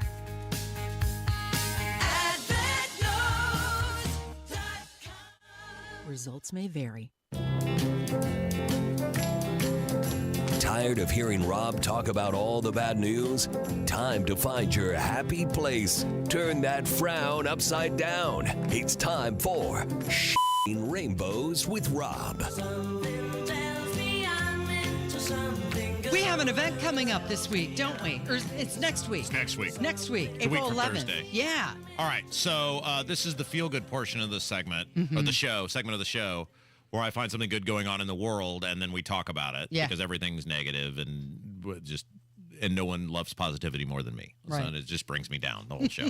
By the way, let's start with something positive here. Our boss, Matt Hiblin, in an act of heroism, did finally, he spent his entire morning, I have no idea what this cost the radio station in terms of salaried pay. Right. But he did find me the ointment to which I have sought. You got your Neosporin for your wound? For my leg injury, which, in fairness, was caused because of the radio station. So I don't feel bad about that. Well, I think that's why he hustled, because he doesn't want you to file. He also brought me a bevy of Band-Aids, which Carl had also done. Right. Are you still bleeding? You're not like bleeding out of that Band-Aid, are you? I just don't want any scarage or anything. Right. You know, that's why I need the ointment. The ointment keeps the scarage from happening. So anyway. Don't want an infection. Let's start with that's very positive, that we had people around here who recognized my need for a Band-Aid antibiotic ointment and were able to track that down for me. You're so loved. Okay, so Casey, you know, very rarely do I do any sort of cause or anything anymore with politics. Yeah. And We've been through this many, many times, even though I get asked all the time to do things. I'm like James Earl Jones in the movie Field of Dreams. Mhm. Remember where they go to the ball game and he's asking, Kevin Costner's asking. What do you want? Yeah, asking James Earl Jones, like why he doesn't participate anymore. He's really asking him what he would like to eat. And he Mhm. goes on this just hilarious rant about how just basically his soul has been stripped from him. I want people to think for themselves. Exactly, yes. Yeah. And so my thing on politics was I was in politics. I was really good at politics. However, I became obsessed with the politics, and I was going to die of a stroke or a heart attack before I turned 35. I also became completely disillusioned with the overwhelming corruption of the system, the inability for a single person to fix the system. And so I've spent basically the last decade trying to figure out how to not be in politics, yet still have some positive outcome on the system. Mhm. Talking to tens of thousands of people every day seemed like a good place Right. for me to find myself. But, so this is why I don't do politics. Like, very, very, very rarely do I ever do anything political anymore. However, every so often there are things that I think are important enough and worth my time that I will suffer some form of amnesia or whatever and recant on my general pledge not to do political-based stuff. And you and I are actually going to do something together next Thursday. Are you going to act like you don't know me? No, people are going to go because of you. I insisted you be there because no one would want to see me in person. Everybody loves you. Sure. And, we talked about the thing with Bookwalter last hour about how the crowd erupted in applause. A room full of people erupted in applause when you got up and spoke. So Micah is having an event. Of course, Micah Becki is running for lieutenant governor. Yep. And here's what I've said about the governor's race. No matter which one of these people you vote for, there's a good chance they're actually going to let you down. Not one of them have put together really any sort of concrete proposals to actually help regular people. If they won't give you a concrete proposal, there's a chance they won't do it. And not one of them, maybe other than Rittenhour, has shown themselves to be the sort of fighter necessary in order to get anything accomplished. So your only actual chance to get something accomplished is if there is a constant voice with the public, what do they call that? Bully pulpit, to be able to, on a daily basis, come out there and talk about how the Republican Party is not living up to the values and the promises of the Republican Party. Somebody who won't be intimidated Right. and who will hold everyone accountable. That's correct. And so that is Micah. If Micah gets elected lieutenant governor, that will happen. And I say this with the utmost sincerity. I look into the cameras. Everybody knows I'm being serious. I believe the only actual chance to get things like property taxes fixed is if Micah Becki wins the lieutenant governor's race at convention and becomes lieutenant governor for the state of Indiana. And he will, without a doubt, put the pressure necessary on the governor to at least try to act. Now, what the General Assembly ultimately does, they're 150 of their own people. What the governor actually does, he's his own or her own person. But if there's somebody in there, you at least have a puncher's chance in order to do this. So Micah is having an event. It's a public event. It's coming up on April the 11th, which is a week from Thursday. It is here in Indianapolis. And they have asked you and me to be the kind of keynote speakers. Hey, maybe somebody will want to come see you guys sort of people.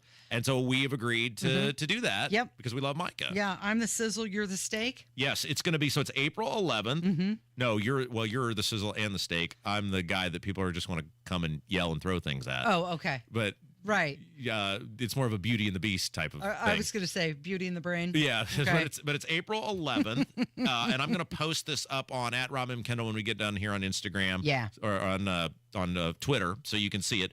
So it's April 11th. It's going to be at 6:30, and it's going to be the group is called what are they called? Porch Patriots. Front Porch Patriots. Front Porch Patriots. Right, that's correct. And it's a meet and greet with Micah. Casey and I will be there, and it's at 4519 North Meridian Street.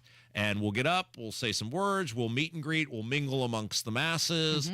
And so I will put this up @RobMKendall on Twitter. Maybe Casey will share it. Yep. And we'll do our part to try to make better government. Yeah. And so what, do you have to buy a ticket for this? Or at No, least it's free. Just say you're coming. Totally free. They do ask the RSVP. Light hors d'oeuvres and drinks are going to be available. They'll have they got a phone number on this little handy dandy gizmo here that you can text or call RSVP. It's totally free. They're not. It's not a Rolling Stones concert. You can come at your own leisure, and then maybe see what the guy has to say. Maybe you'll think, oh, it's the worst thing I've ever seen. I don't want to be part of that guy. But maybe you'll think it's the guy that can make a difference. Can you believe we were invited somewhere? Oh my goodness. Well, I told Micah, and here's what they did, Casey. And can you believe you were invited somewhere? Here's the thing, though. I bring a crowd. Sometimes it's out of hate. Here's the problem. And Micah did this, and this is how much I actually, if people want to doubt how much I actually love Micah and believe in this, this is the first day of the Masters. Oh. And I am going to. Now, it's at 6:30, so the Masters will be mostly over by the time this begins. It's However, I will have to take a shower and put on clothes that fit, so that will take some time. I got to drive over there. So basically, I'm going to have to leave the Masters broadcast like 2 hours early in order to go do this. So this is how much I actually believe in and care about this thing. I want you to look really pretty for this event. So it's Thursday, April 11th at 6:30. It's on North Meridian Street. Rob and I will both post this to our X account, and you can get all the details as we invite you to join us. Voicemails are next. We've got it coming up from 93 WIBC. Did you know one of the best investments you can make? It's in yourself. At My Computer Career, in just a few months, you could start your new career in the high-demand, recession-resistant field of information technology. Isn't it time you invest in you and start a career in networking, cybersecurity, AI, or upskill to boost your current IT career? So, get the ROI you deserve at My Computer Career. No experience necessary. Start now at mycomputercareer.edu. Financial aid is available for qualified students, including the GI Bill. Wealth-changing question.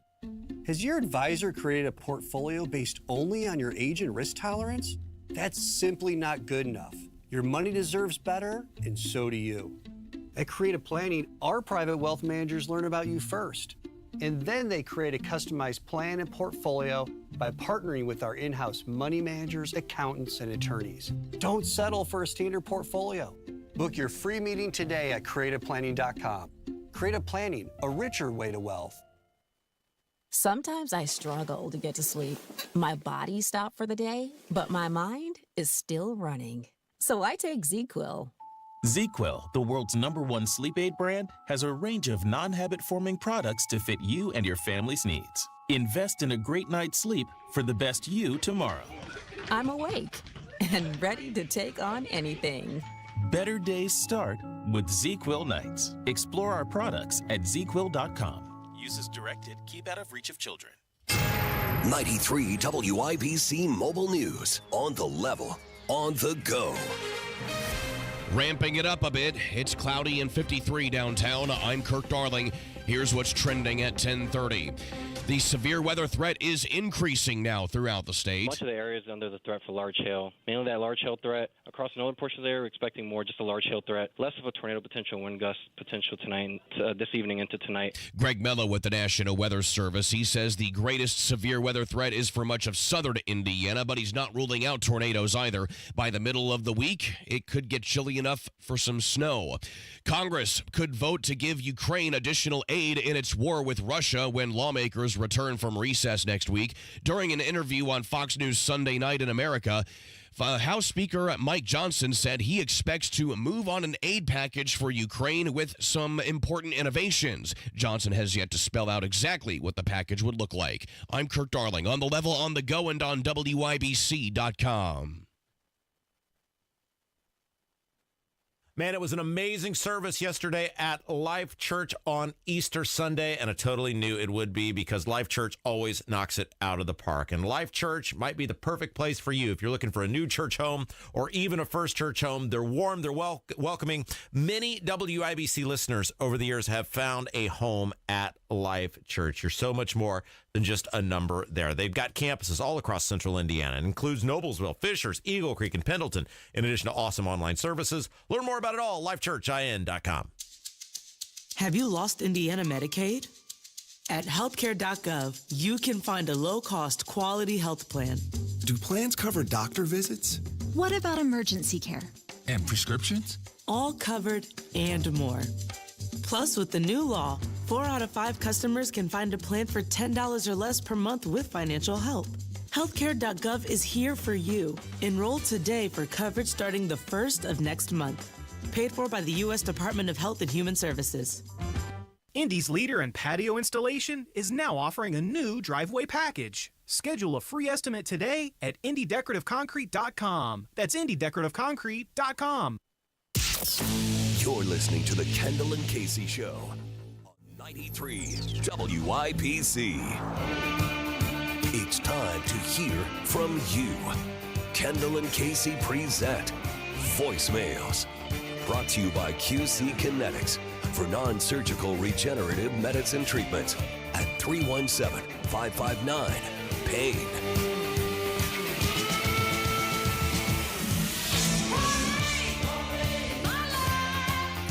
Number for voicemails, 317-684-8444 if you'd like to give us your hot take or whatever is on your mind. And they're coming for you today, Rob. You knew it was going to happen, but the Purdue fans have the voicemail phone number. The Purdue people are some of the softest, most insecure people. I mean, here's the thing. Yeah? Act like you've been there before. The fact that this bothers you so much, I have said Purdue is a good team. Mm-hmm. They can't even accept the compliment. They're a good team. They're a good team that centers around having a gargantuan human who gets away with homicide out on the basketball court. He shoots 70%. He outperforms his team. On the free throw line, they're only at 63%. He's at 70%. That takes a little bit of skill. I want to see you chunk it up. Casey. What? See, you're doing it. You can't even accept the compliment. It's like, yes, Purdue is a good team. I was talking with you do it backhanded, though. No, there's nothing backhanded, but it's how Purdue operates. I was talking with a buddy of mine who's a high school basketball coach, and he said, you're absolutely correct on this. I said, am I wrong? But does Purdue actually run two offenses? They run one offense while Edey gets his slow ass up the floor. And then if they can't get a shot it takes him 9 hours to get up the floor, then they run a second offense once he gets up the floor. There's nothing wrong. You're good. You have a gigantic advantage that you have a reasonably he's fine. The guy misses at least 7 to 8 point blank layups a game because he's not all that great, but he's a gargantuan human. You're a good team. But the Purdue people can't even accept that. It must be absolutism to Purdue. It must be all hail old Purdue. Everything about Purdue is great. There's nothing wrong with this team whatsoever. And look, I'm telling you right now, unless you went to school in West Lafayette, every single person in the country is cheering for North Carolina State and the fat guy on Saturday, okay? We are all team fat guy right now. No, that's not true. I didn't go to Purdue. However, your kid did. It still does. A lot of my money went there. That's good enough reason for me. All right, well, here is Purdue call number 1. Hey, Rob, stop hammering on Purdue. Zach Edey is a badass, man. I watched him for the first time in that game. All they got to do is elevate that ball up there to him. He's going to fit it in the basket. Yeah. So I know you go to IU, Rob. I feel sorry for you, buddy, but stop hammering on Purdue. Purdue is doing good. I hope they win it all. Yeah. We just need to rally around He just Purdue. made the point that I've been making. No, that's not true. They don't just throw it up to his hands when they're up near the basket. They do. They pass him the ball. He turns around. He dribbles a few times. He does a couple fakes, and somehow he gets that hook shot up. Casey, I'm gonna FaceTime you during the game against the fat guy. No, because I want to enjoy it. And I'm gonna have you tell me they do not run two offenses. It's Lawyer and Kaufman-Wren and those guys are running an offense. And when Lurch finally stumbles his way up the floor and parks his ass on the block, then they run a second. There's nothing wrong with it. It's totally legal. What is wrong, though, is the fact that apparently every game they've got Cunzo Martin, Glenn Robinson, and Brian Cardinal reffing the game. The guy came off the top rope and knocked the guy into the stands, and the ref just looks at him like, dude, you better get the Gonzaga. Hey, man, you better. Like, how'd you end up there? They're afraid of him. I did notice there was one time there was a rebound, and it was like Zach Edey had a hard time bending over to get the ball. And it was like, because he's so tall, it just took so much energy. It blows my mind and how then there was another time people are. He did seem to linger in the paint maybe a little longer. It's like, but you don't see. But I think he's more talented than what you're giving him credit Think about how, and for all the people that are losing their mind, we said the same thing about IU. IU's whole offense was Khalil Ware this year. Like, you don't, and I am an IU grad. I'm like, but I love that you didn't hear IU people calling in Cessna, they can't even just accept that this is why your team is good. Hey, Kevin, can we move on to Purdue call number 2? Let's just keep these in order. Here we go. Purdue call number 2. The hatred of Purdue. Man, it's mind-boggling. And, I grew up in Lafayette, played gold and black. Love the Boilers. But I root for all the Big Ten teams in the tournament. And I remember back in 1987 when that banner that Indiana has wasn't so dusty. and when they won that game. And I remember watching it at an establishment up in West Lafayette, and I would say that everybody in that room was pulling for IU, and I think there's 2 or 3 guys in there from one of Syracuse, and every time Syracuse scores, they'd bounce like beer cans off their head and everything. So, but anyway, I thought maybe over the years, like the hatred would die down. I know it's still a rivalry with the kids, but it's just amazing that when somebody does well from the state of Indiana, that nobody is on their side, And I don't understand it because, I'm the biggest judge of Purdue sports when they do bad. It's like I'm lousy, but I don't know. Just Rob, man, you got to be a loving person, brother. You got to love them. That's right. See, I'm with him. Like Indiana has a team in the Final Four. I don't care if you root for Notre Dame, Butler, IU, whatever. Why can't you be excited that one of our schools is in the Final Four? Look, apparently everybody has just the hearing on every single person is just including you. Okay, I've never, Casey, in my entire life ever met a Purdue person who was like, man, I was so excited when Calbert Chaney and those guys were making it to the Final Four. I was so cheering when IU played Maryland in 2002 for the national championship. I was on the edge of my seat. I've never heard that before that phone call right there about a single Purdue person who ever cheered for IU, ever. You know why? Because it doesn't happen. Because you think like the Dallas Cowboys or, they're not the Washington Redskins anymore, but the Bears are cheering for the Packers. No, that's why it's a rivalry. I've never, ever, ever, never, ever, ever, ever, ever, never, until it's convenient for them right now to be like, oh, I cheer for IU all the time, because it doesn't happen. That's why it's a rivalry. That's number one. Number two, we're not talking about me going, Purdue's not a very good team. Purdue's overrated. I'm not saying any of that. I'm simply stating the obvious, and this is my issue with the Purdue people. Even when you say, yes, you guys are really good, and then you point out the very obvious reason about why they are good, they can't accept that. They're so soft and so insecure that you must just be an absolutism. You must have this Purdue absolutism. Yes. And by the way, I'm going to bet Purdue on Saturday, and if they make it past the fat guy, I'm going to bet them on Monday because I like money. I've made money off Purdue this entire tournament. I made money off Purdue this entire season. People act like, some guy on Twitter over the weekend was like, or yesterday, we're going to bombard you with phone calls, Rob. You're going to show me what? That I made money? You think I'm mad? Like what are you going to show me? I love how you keep saying, though, and then when they go on to UConn, like you're already saying that Purdue is going to beat NC State. Well, it would be, look, let me be very specific on this. Nothing.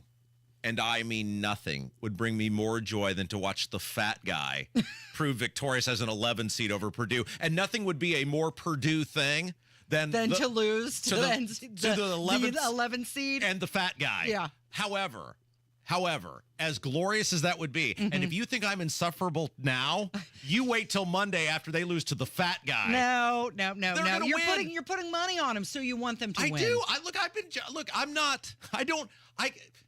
I win either way, Casey. These people who are just like, you're going to show me what? One more Purdue phone call. Kevin, Purdue number 3. Here we go. Hi, Casey. This is my favorite part of the show.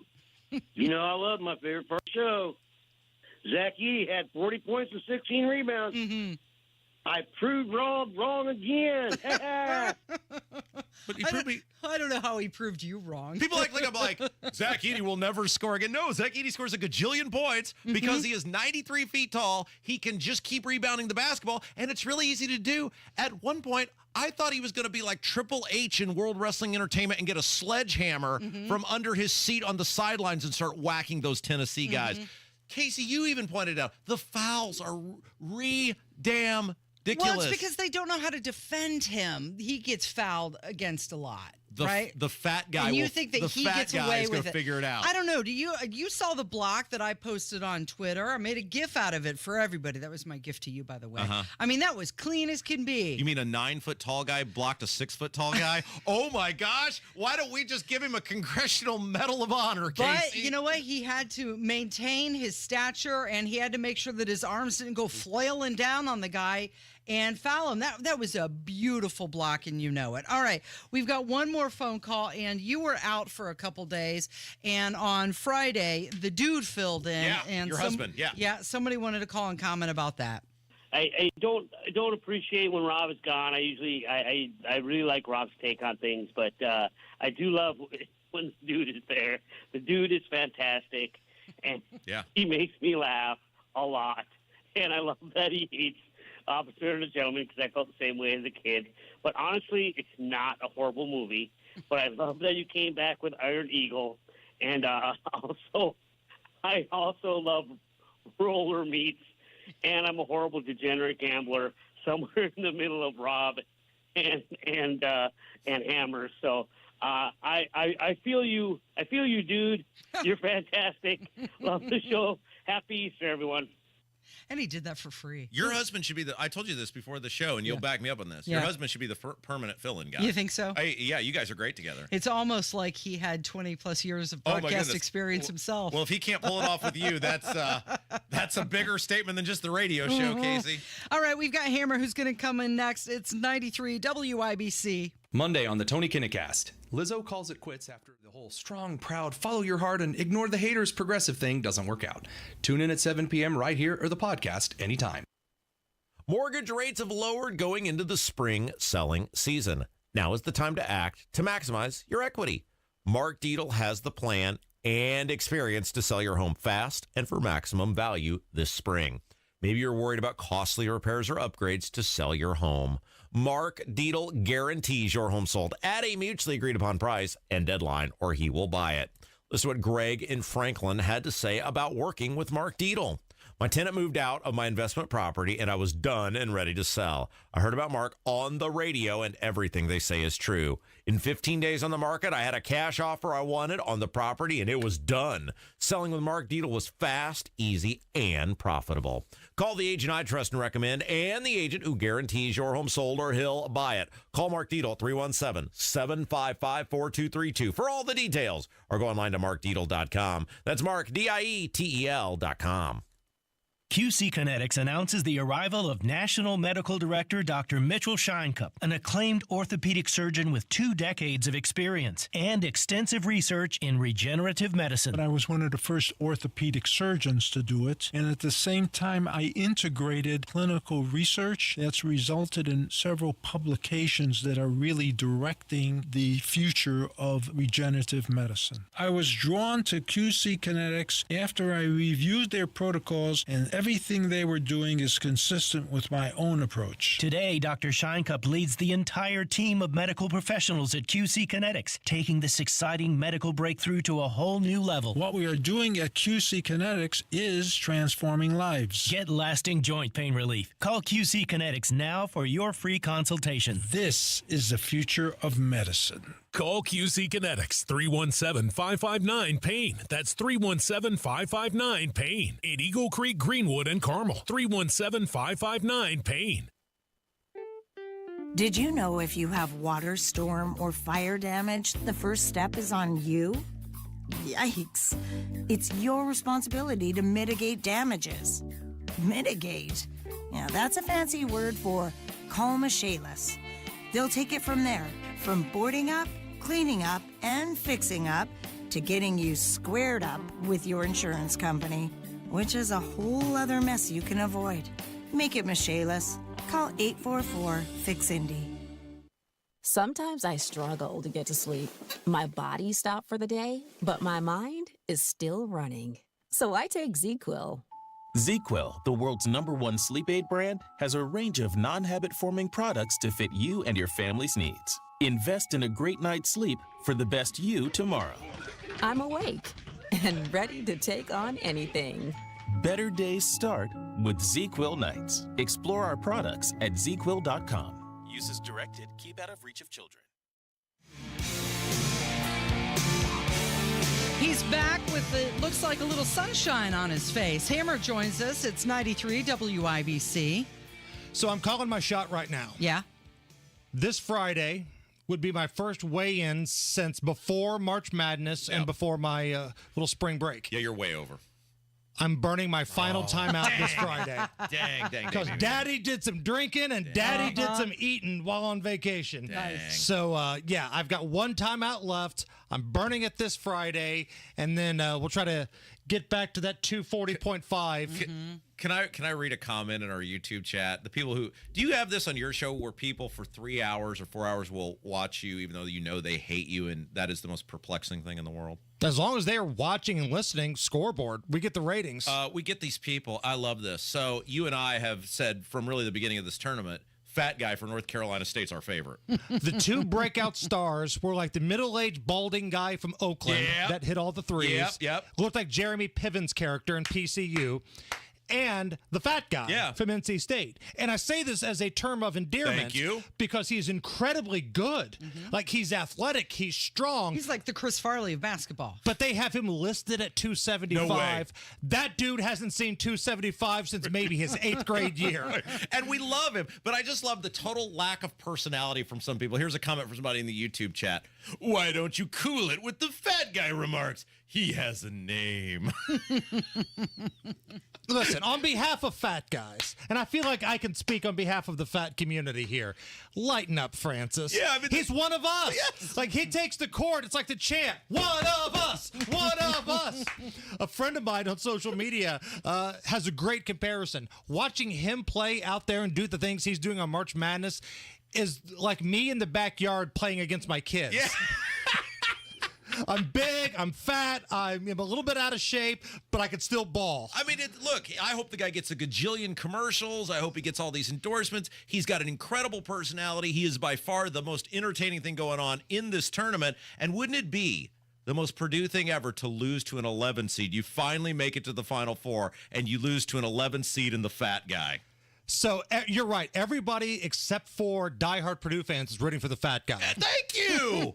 Like, if you live in Ohio or Montana or Texas and you don't care about Purdue, you don't care about Matt Painter finally getting over the hump, you're rooting for the fat guy because this country loves it when fat guys do well. Yes, sir. Chris Farley was an icon. You were right, Casey. Yeah. And what happens every NFL Sunday if a lineman scores a touchdown? Twitter breaks. Right. Fat guy touchdown. Yeah. Fat guy touchdown trends. And then you're talking about how he was sucking in oxygen afterwards. Yes! Right. There's nothing better than a fat guy touchdown, and there's nothing better in March Madness when a fat dude's out there just balling on people. Let's face it, Edie has the personality of a potted plant, and you got this guy out here who is just a cartoon character. Who are you naturally going to be more endeared to? It's going to be that guy. Now, on behalf of the IU fans, right, because, Rob, I know you are a card-carrying, diehard Indiana fan. I think you'll agree with this. All IU fans, they should make Mike Woodson sit down in a chair, hold his eyes open like mafia guys used to do when they were committing a crime, and make him watch this weekend. Because 20% of the players on the floor for the Final Four are from the state of Indiana. And they're not just from Purdue. Like, 20% is a big number of players from one state in a Final Four. Second closest is North Carolina. I'm old enough to remember when Mike Woodson said that he didn't want to recruit Braden Smith. Slow, white guy. We don't need any more of those.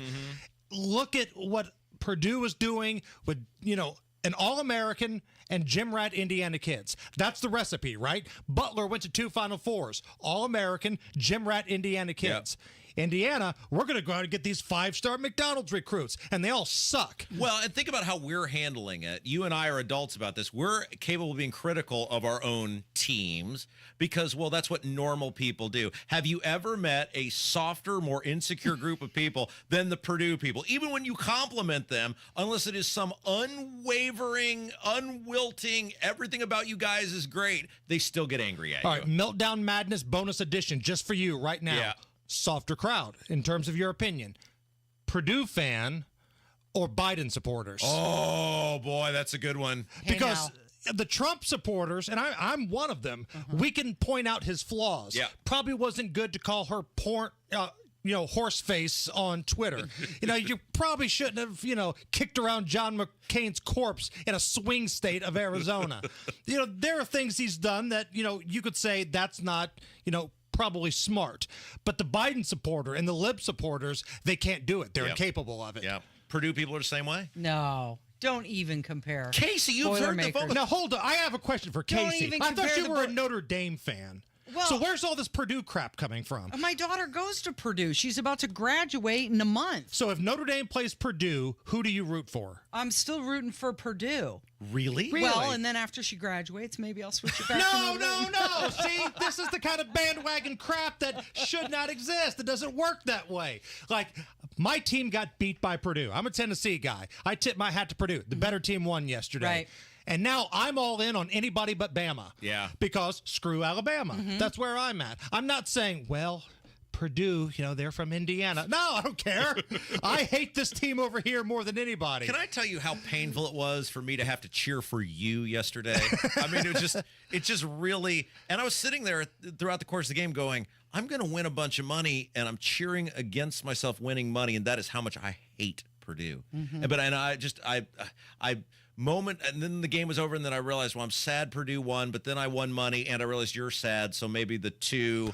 I was fine. I was at a tiki bar on the beach, and I kind of knew what was going to happen.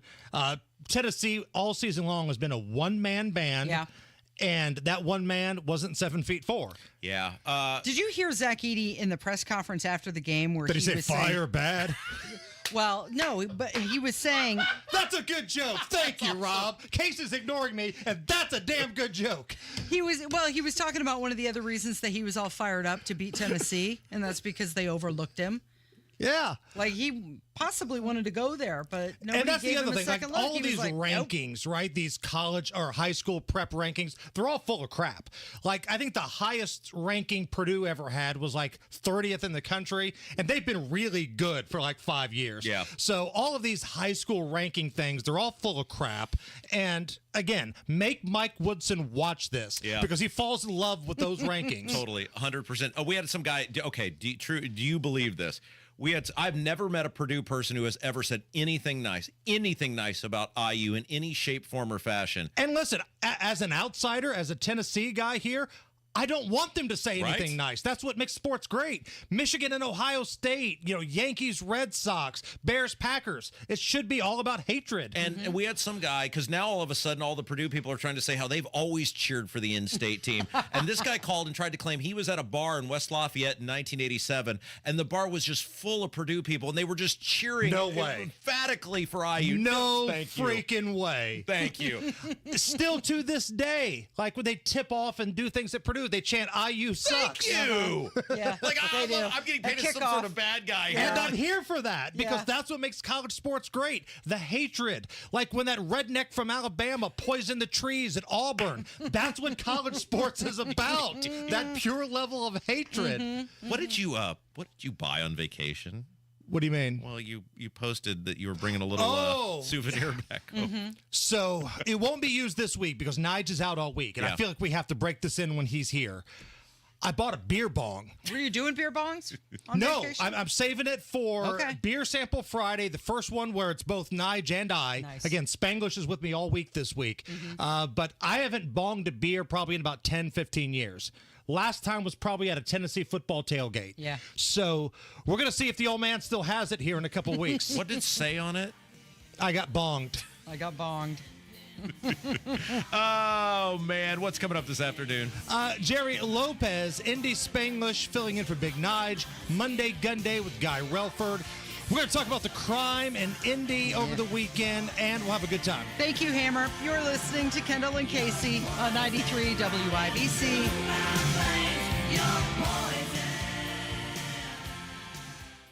Did you know that the tubs and showers installed by most bathroom remodelers aren't waterproof? I'm not kidding. They're not waterproof. That's because the other guys cheap out and put acrylic caulk directly on acrylic tub and shower panels. You can't do that. Water will seep through, and then you've got mold, mildew, and rot. To do it right, you have to first prime the surfaces, then apply the caulk, then you have to seal the caulk. It's a 3-step process. Prime, apply, seal. If you've ever seen shower seams with mold growing on them, well, now you know why. Some cheapskate decided to save $25 in materials and 20 minutes of labor, and now you have a mold and mildew problem. Call Baths R Us instead. We never cut corners. We always take our time to do it right for a 100% waterproof installation every single time. Call now and get $1,500 off plus low to no monthly payments. Our number is 317-886-1761 or online at bathsrus.com. That's bathsrus.com.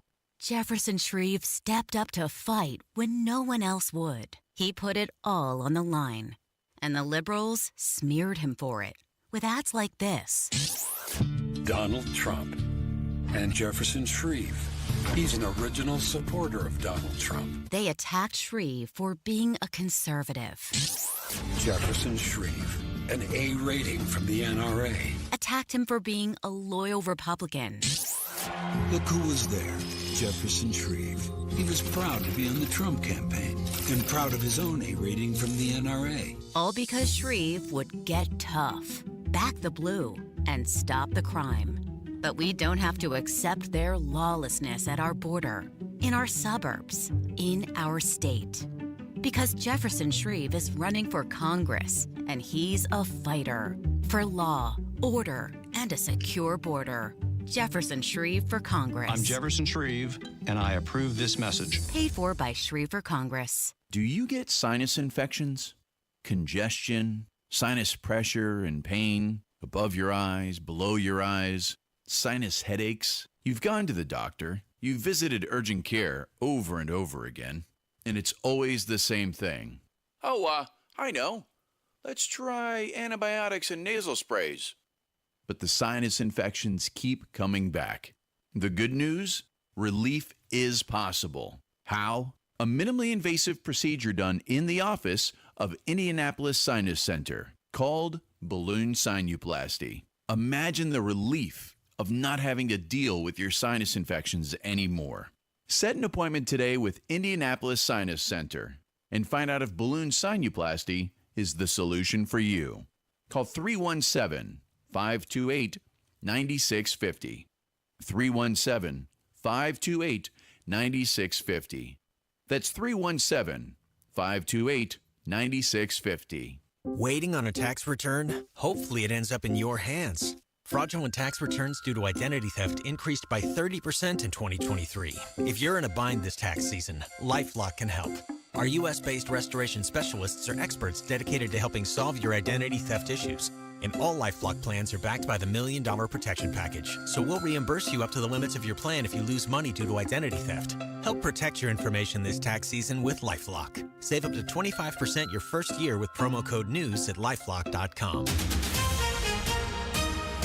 Coming up in 2 minutes, Ryan Hedrick has what you can expect for severe weather now and what weather lies ahead. Plus, it was another busy night for police on the Northwest side and another busy week of college hoops here in the Hoosier State. I'm Kurt Darling. That and more coming up from the Technology Recyclers Studios after Fox News Radio at the top of the hour.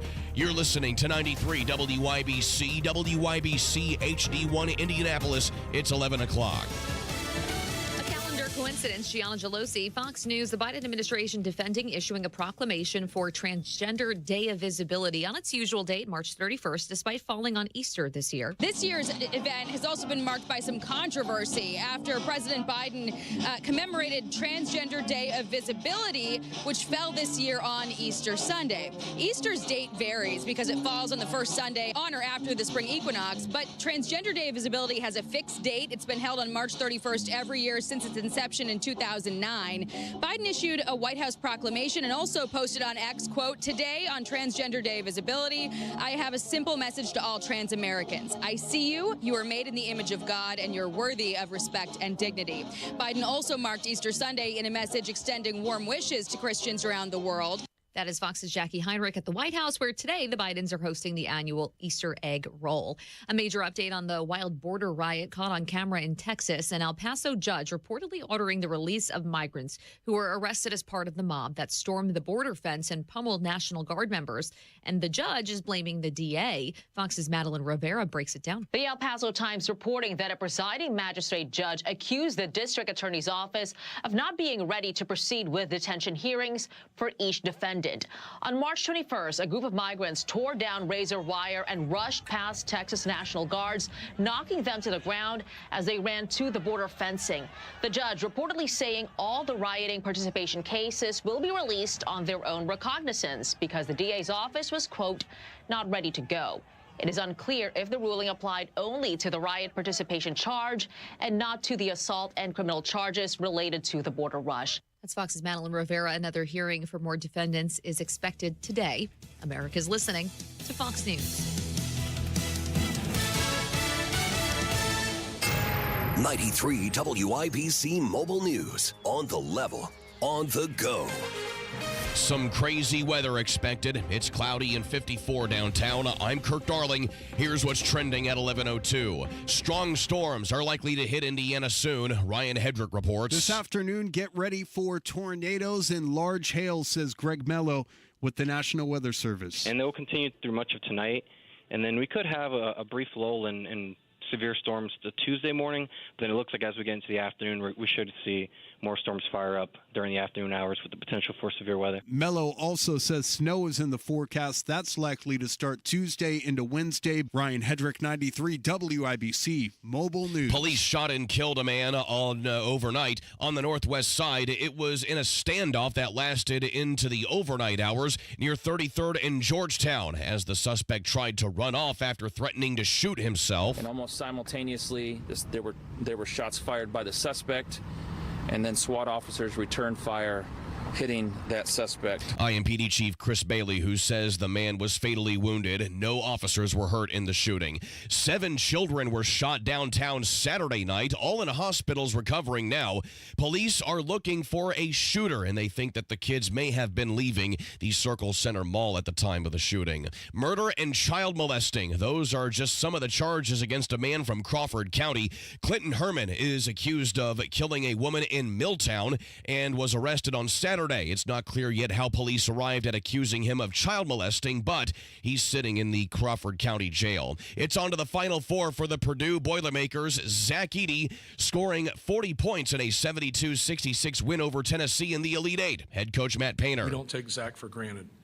And so some of the nights he should have got 50 tonight. The Boilers meeting NC State in Phoenix on Saturday. The NIT Final Four is tomorrow at Hinkle Fieldhouse, and the Indiana State Sycamores hope to keep their postseason run going a little longer. They face Utah at 7 o'clock. The winner takes on either Seton Hall or Georgia in the final on Thursday. I'm Kirk Darling, on the level, on the go, and on WIBC.com.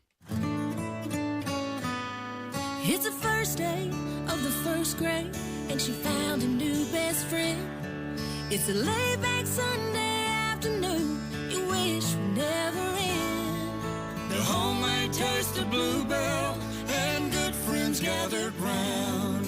The good old days are being made right now. St. Louis brought the world gooey butter cake. Now Bluebell brings us gooey butter cake ice cream. A cake batter ice cream with a luscious cream cheese swirl and gooey butter cake pieces. It's the gateway to the best in pints and half gallons. The good old days are being made right now. The good old days are being made right now. Look for Bluebell ice cream at all Maher stores. This week at Sullivan Hardware and Garden, see their large selection of grills, Weber, Traeger, and Napoleon, along with the Big Green Egg. You're listening to Rob Kendall. When we talk about sending money somewhere, we're talking about printing the money because we have no money. And Casey Daniels. My government would never lie to me, would they? On 93 WIBC.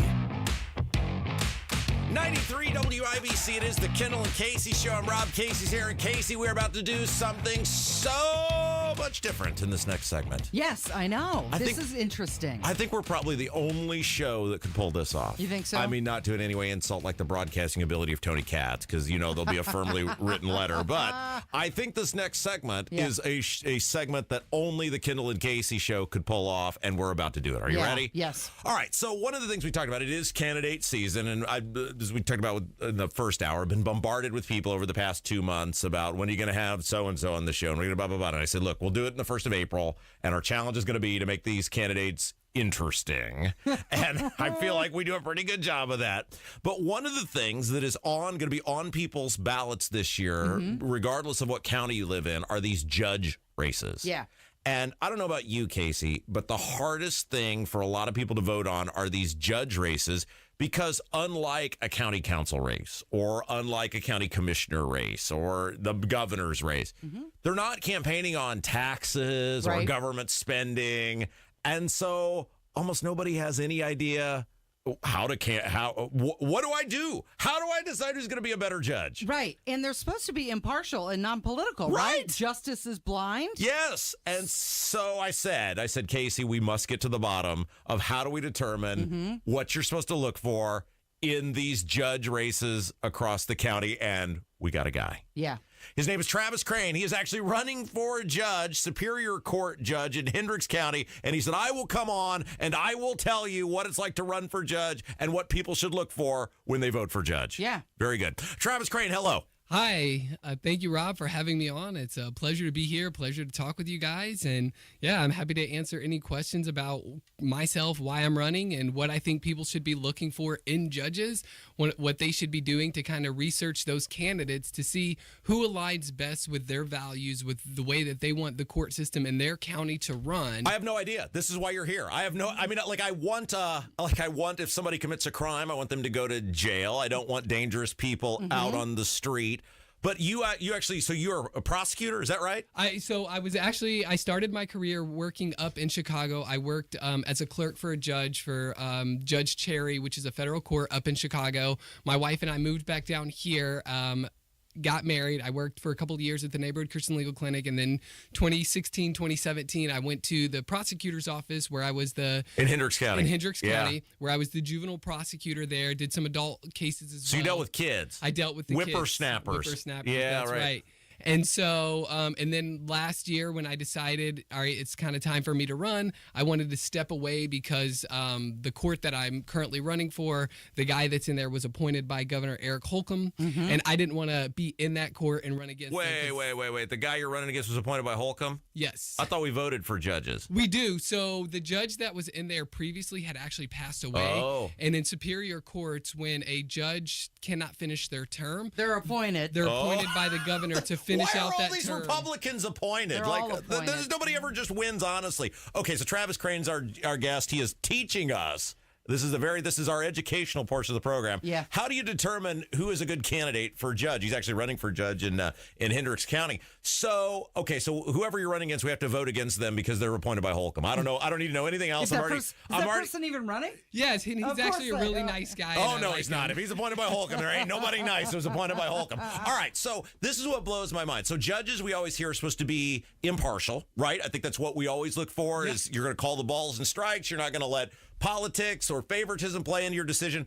You're running as a Republican. Correct. Why are judges partisan if they're supposed to be the most fair people in the whole world? Isn't that something? You've got the school board who doesn't have to identify. Right, yes. Yet the judges do. Yes. Okay, so explain why is this. That? I don't make those laws. I'm running within the confines that I have, and they say you run on a party ticket, and so I'm running on the Republican ticket. I mean, I am a staunch conservative Republican, and so it makes sense from that. But I also believe that running on a ticket actually gives people an idea of at least where judges are coming from, because I think that's part of the problem we've seen with school boards sometimes is we don't actually know where people at least stand.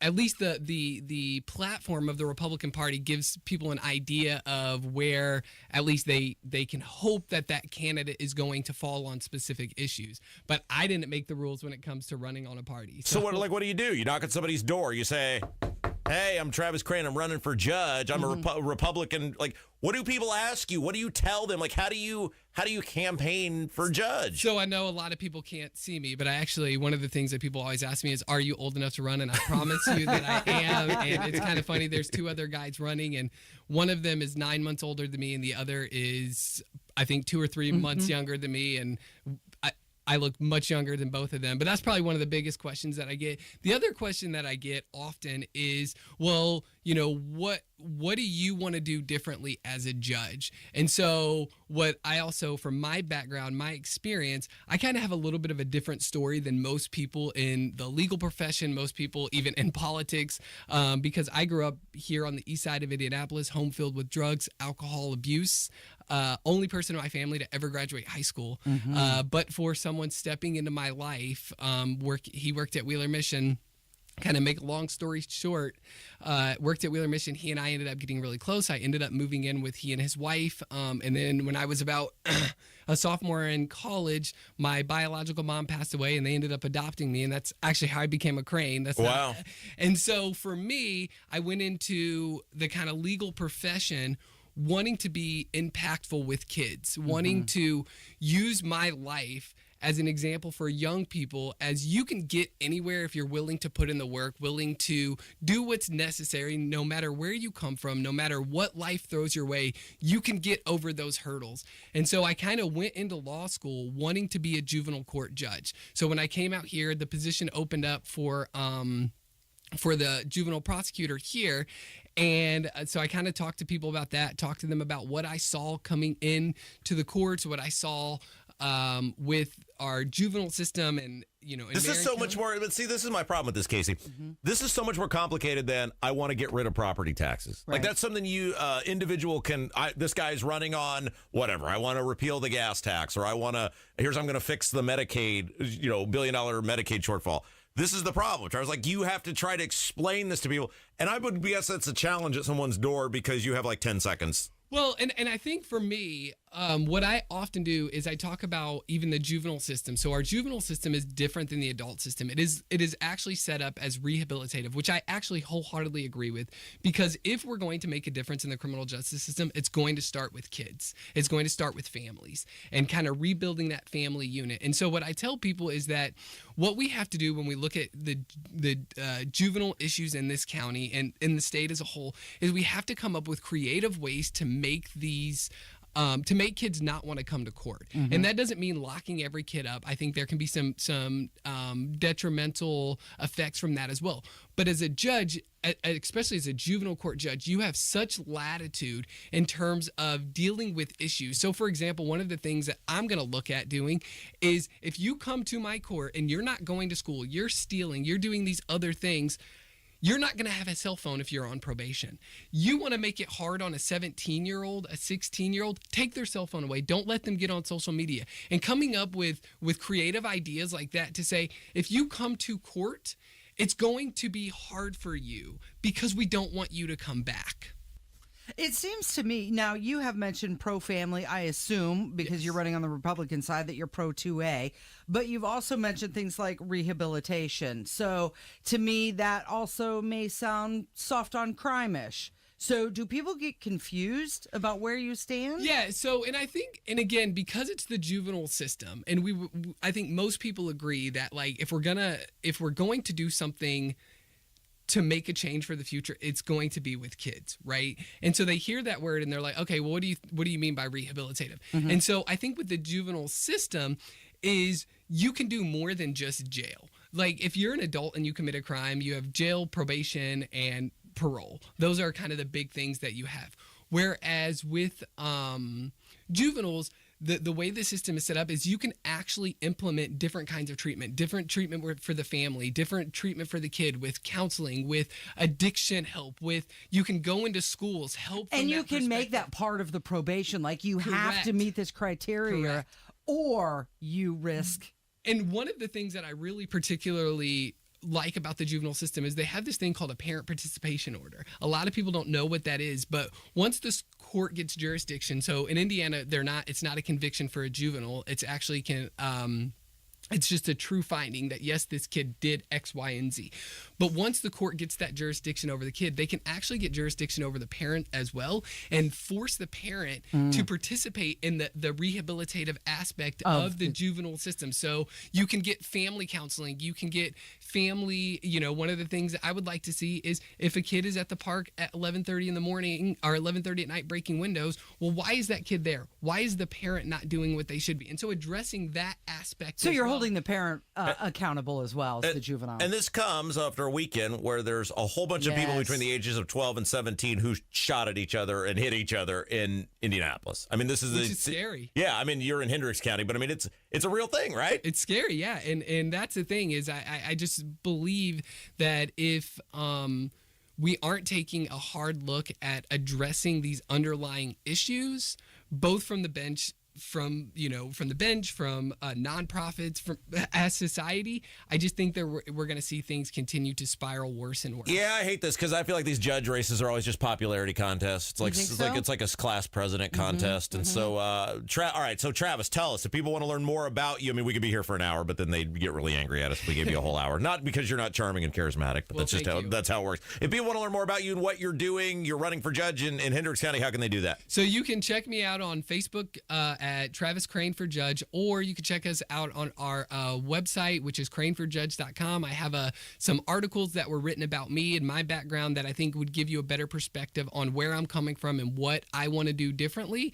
And please feel free to reach out. It has my cell phone number, my email. If you reach out, I promise you I will respond. That's Crane with a C, by the way. Yeah, C-R-A-N-E. Yeah, I need more judge friends. I need more rich friends, and I need more judge friends. Yeah. I feel like I need to insulate myself from the legal system. Wait, what did you say, Travis? You need what? More rich friends. Yeah. More rich friends. All right, Travis, great. Thank you, Casey. Take us to break. It is the Kendall and Casey Show on 93 WIBC. Like magic, it appears in the sky. A rainbow. Somewhere over that rainbow lurks not bluebirds or dreams. Hidden behind that beauty is trouble. Get a cone tornado right there. Don't be fooled. Tornado on the ground! Confirmed tornado on the ground! Confirmed tornadoes. Oh my gosh, look at it. Oh my gosh. This spring, depend on your severe weather station. Baseball size hail. 93 WIBC. A sleep divorce happens when bed partners sleep in different rooms because one of them has a snoring problem. It's nothing to be embarrassed about, but it is unfortunate, especially when there are simple, non-surgical solutions that can put snoring problems to bed for good. I'm Dr. Madan Kandula with Advent, where our exclusive focus is the nose and throat, which is exactly where your snoring problem is coming from. If 20 years ago you told me I'd be helping relationships flourish again, I'd have laughed. But in many cases, that is the case. Because helping your bed partner stop snoring so the two of you can get back to sleeping together again can do just that. Go to adventknows.com today to schedule your appointment and learn more about our effective breathing triangle solutions. Because Advent knows when you breathe well, you live better. Breathe well with simple solutions. Breathe well with simple solutions.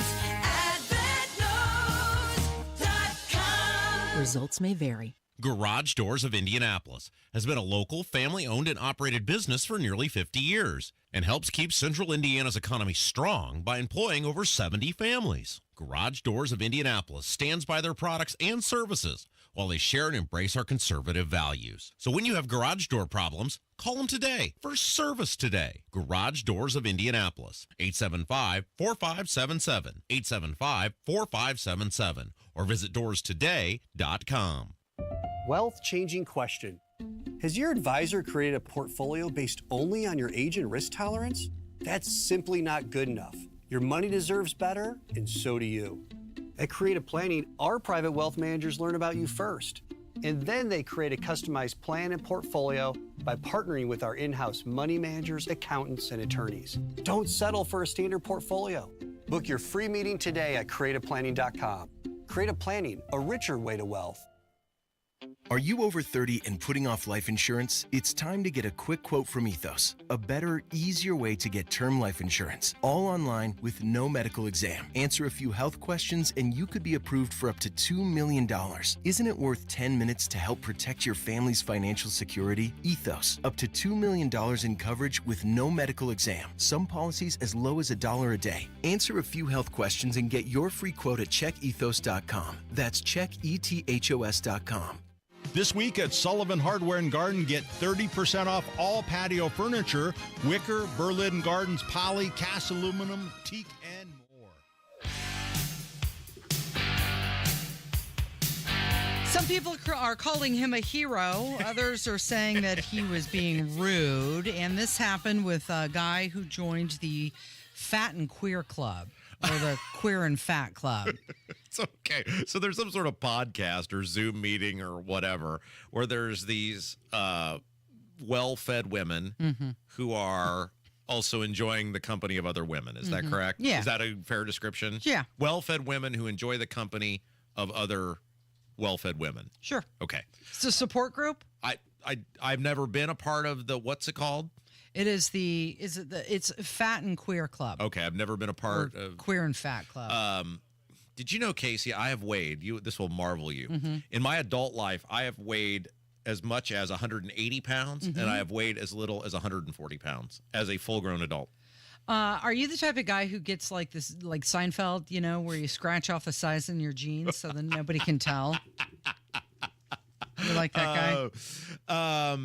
Okay, so this guy hops on this podcast or Zoom meeting, or I don't even know if it's I think it's a Zoom meeting. Okay, yeah. These people were not, I guess, broadcasting this for the world to see. And he somehow gets on, and this guy is, I don't know, he looks like he might weigh $110, and he's clearly a man. Yes. And he is just pointing out the absurdity of these people, and it's the absurdity of the I identify with movement is what he's going after. Yeah. Because this guy is the exact opposite of that. Yet he's trying to tell these women, I identify as 275 pounds, I think is what he said. Right. And then they're not having any of it, which puts into light the absurdity of someone like Leah Thomas saying I'm a woman swimmer. Right. All right. Do we have the audio of this? Yes, we do. This is great. This is a queer fat club. I'm queer and fat. Okay, thank you for joining. We're just introducing ourselves at the moment. Okay. Do you want to go ahead and introduce yourself, Joe? Yeah, my name's Joe. I go by he, they, and I identify as 275 pounds. Okay. I feel like Jay's kind of making fun of me, though. I know it's kind of a shock. I know, kind of a new thing. I'm just, Do what? I said I apologize. Oh, no, you're good. Are you comfortable leaving the group at the moment? Why? I'm not understanding why you're joining the group. This is the queer and fat group now? Yeah. Yeah. That's what I came here for. Okay. And you said you identify as fat? Yeah. Okay. This is just for fat-bodied people. Yeah, I understand. I identify as a fat-bodied person. I'm not understanding where you're coming from. Are you guys comfortable with me here? I mean, I'm pretty chill on my end. I'm not comfortable, no. Can we take like a vote? Can we take a vote? I'm pretty chill. He identifies with being fat and whatever, the same way Leah Thomas identifies with being a woman. Yeah. Leah Thomas has a penis. I don't know, maybe doesn't have a penis anymore. At the time, as it was laid out by Riley Gaines, that man was walking around a woman's locker room with a penis. Yeah, so this is the way of it, right? Use their own rules against them. And they don't want any part of it. No, they don't. I mean, you can see the hypocrisy there. I identify as a 70-year-old woman, and I would like to take full Social Security right now. Like, where does it end? Well, the hypocrisy of all this, and this was just a beautiful thing. They don't want any part of it when it's turned around on them. As long as they can do it to other people, it's fine. But then you do it to them and point out the absurdity of it all, and they don't want any part of it. She says, this is a fat-bodied group. He's like, yeah, that's how I identify. What's the problem? I'm pretty chill. Can we take a vote? Okay, so what do you have a little game for us, right? This is a list, and you're going to see if you can figure all of these out without looking at There's the no way I'm list. going to get them all right. I think I'll get some of them right. Best child actors in film history. Oh, wow. Now, they have them ranked. You don't have to get them ranked if you Okay. can just get them. Oh, okay, so this was Study Finds? Is Study right? Finds put out this list. And there's 7, and these are the 7 best child actors in film history. Man, I wish I had the bell here in the studio. I could ding every time you got one. I'm going to get a bunch. I'm going to get a bunch of these because we were very clear, and you have said it is not television. It's not television. Only movies. It is film. And Kevin asked, how far back does it go in film? And I said, in film history. So it could be all like the the way. silent era. Yeah. Even. Were there a lot of child actors in the silent era? There were. Really? I could help you out here if you want. Oh, no, totally. Because there's one that's blatantly obvious. It's got to be Macaulay Culkin. Yeah, Macaulay Culkin is on the list. Is he number 1? No. Okay. Now, my question for you was, I would go with Judy Garland. However, obviously, I don't know. She may have been greater than 18 years old. And where is the child cutoff? Is the child under 18? I think Judy Garland was over the age of 18 by the time she had done The Wizard of Oz. However, she was also an accomplished child actress before that. I will throw Judy Garland out there. Yep, Judy Garland is on the list. And Kevin was right because actually Judy Garland started her career on the vaudeville circuit. So he might be onto something. So, like, Ron Howard would obviously not be on this because Andy Griffith was a television show. Right. Gary Coleman would not be on this because Correct. that was a television show. Mm-hmm. Isn't that amazing? Like, how many like Fred Savage would not be on this because it was a television. Kev, you got somebody that stands out to you? Well, I'm thinking way back. Jackie Coogan. Who? Is that you on there? just Googled that, I did you? not. I guessed that before. He would know. He's a world traveler. That's He the would thing. know. Yeah. That's what, like, I'm familiar with a few of those child stars from that silent era. No, that person's not on the list. You are made you me look like, serious? oh my gosh, you're so brilliant, Kev. No, that person is not on the list. Me. What about Look, he was buffing his chest out. Yeah. what about Charlie Chaplin's son? No. Not on Man, the list yeah, I either. think this would be very slighted towards people who appeared in all these lists are always more. They're of the more modern. Well, this list variety. is created by fans. Right, exactly. Oh, okay. So You have to go a little bit more mainstream. before. Oh, sure, that's what's holding you back. So I'm trying to think of like obviously the kid from E.T., but he was kind of a one-hit wonder. He wouldn't be on the list of all-time greatest childhood. I'm trying to think of people who had reoccurring childhood roles, which it's much more common in television than it would be in film. Boy, I'll tell you what. This Are you stumped? Well, I'm trying to rack my brain if there are obvious ones that it's like, oh my gosh, I can't. The two most obvious to me were Judy Garland and Macaulay Culkin. That there was just no doubt they were going to be on the list. However, now it's really. Now you're Joe Osmond, Haley Joel. Very good. Sixth Sense guy. Haley Joel Osment Yes, thank you. is on the list from Sixth Sense. Okay, so very good. You've got three I got out three of the them. I'd seven. like to get at least half of these. I'm just trying to rack my brain of who were great. There's got to be a they're not going to let it be all. Well, she wasn't in movies. I was thinking the people from Full House. Not gonna work. Tiffany Amber Thiessen. Not gonna work. Boy, that's. Do you want to hint? Was Lindsay Lohan? No. No, she was Mean. Like they were of age by the time they did Mean Girls. I thought she was in. We've been told she's not on the movie. list, Kev. Okay. So we gotta. I mean, look, you kind of burned with Coogie. What's his face? Coogie McCougarson. Hey, I can help you out if you need more Yeah, help. I can help you out. I'd like to get one more of these, and I'm sure there's one that is just blatantly obvious. It is very obvious. Really? Yeah. I do you want a hint? Yeah, sure. If I just say bouncing curls and dimples, good ship lollipop. The Little Debbie girl. Oh, Shirley Temple. There we go, Yes. Kevin. So I got one. Shirley Temple. Okay. What are the other three? The others are Christian Bale, Jodie Foster, and Dakota Fanning. Oh, Jodie Foster. Yes, the guy that shot Kennedy. Yeah, the taxi driver. Wasn't it that the movie that she Oh was in my when she was young? gosh. Yeah. So there you go. You were almost there. Christian Bale? Yeah. What the hell was Christian Bale in? Let me see here. I mean, the first thing I remember Christian Bale from is American Psycho. Empire of the Sun? That's what they're saying? That makes him one of the greatest child actors of all time. I've never even seen that movie. Mm-hmm.